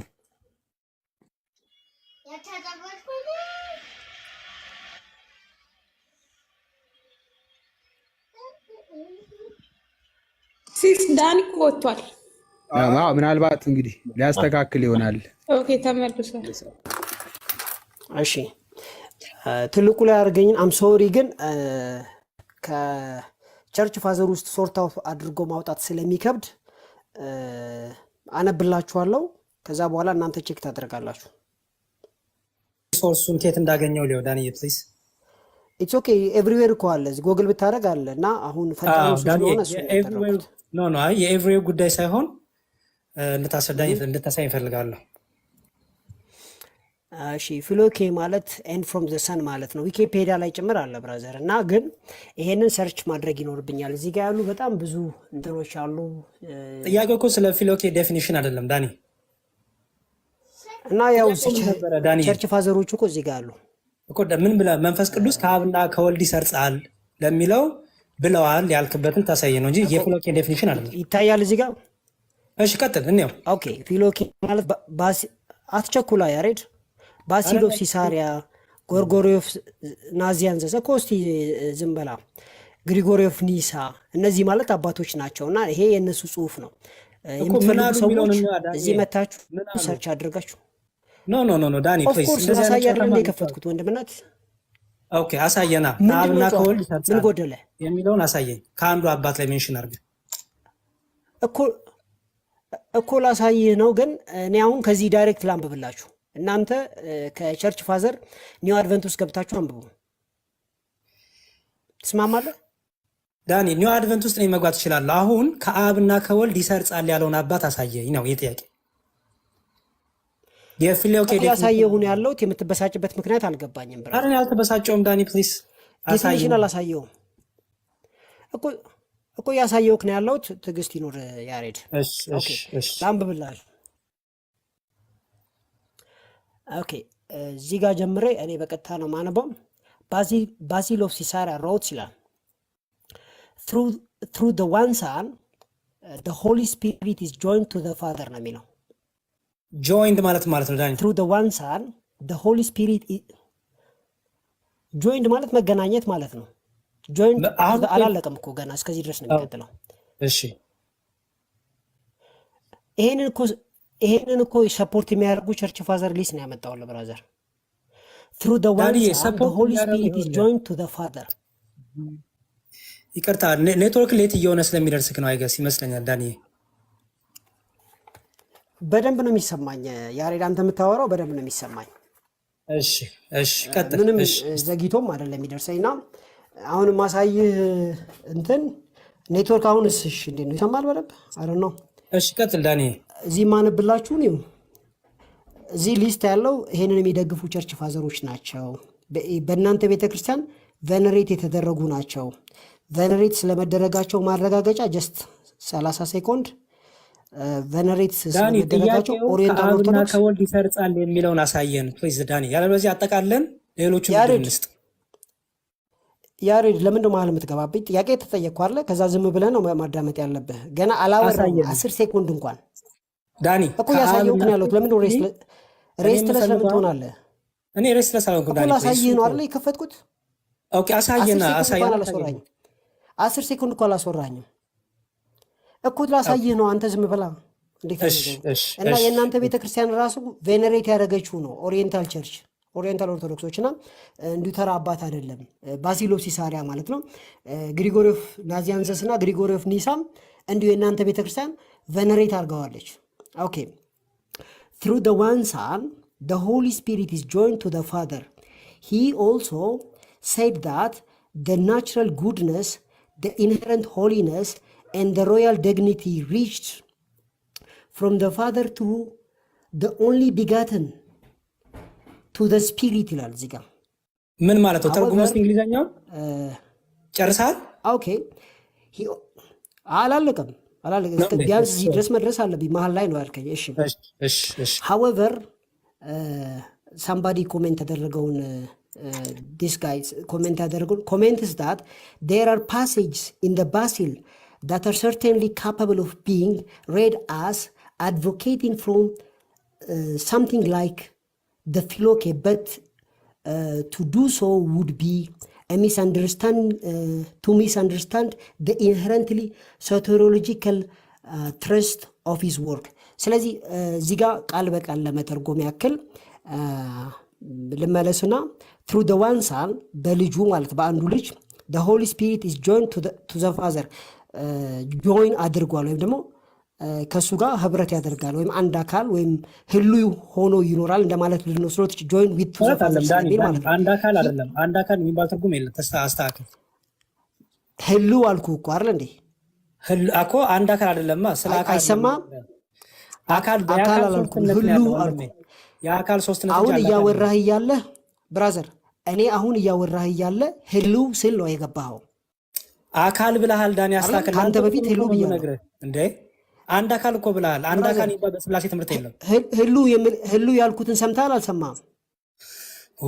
ህልው ስል ሰምተሃል አልሰማም? ሰምተሃል አልሰማም? ቀጥል ዳኒ። ሰምተሃል አልሰማም? ዳኒ እኔ ያልኩህን ሰምተህ ለምን ትረብሻለህ? አንድ አካል የሚባል ትምህርት የለም በስላሴ። ህልው ስል ሰምተሃል አልሰማም? ህልው ስል ሰምተሃል አልሰማም? ህልው ማለት ሰምተሃል አይደል? አንተ ራስህ ቅድም ህልው ስትል አልነበረም? ህልው ማለት አካል ማለት ነው። አንዱ በአንዱ ውስጥ መሆን ነው አልኩኝ። አንድ አካል ታዲያ ለምን አልክ? አስተካከልኩና ህልው ነው ስል አንተ መተህ ቀጠልክ።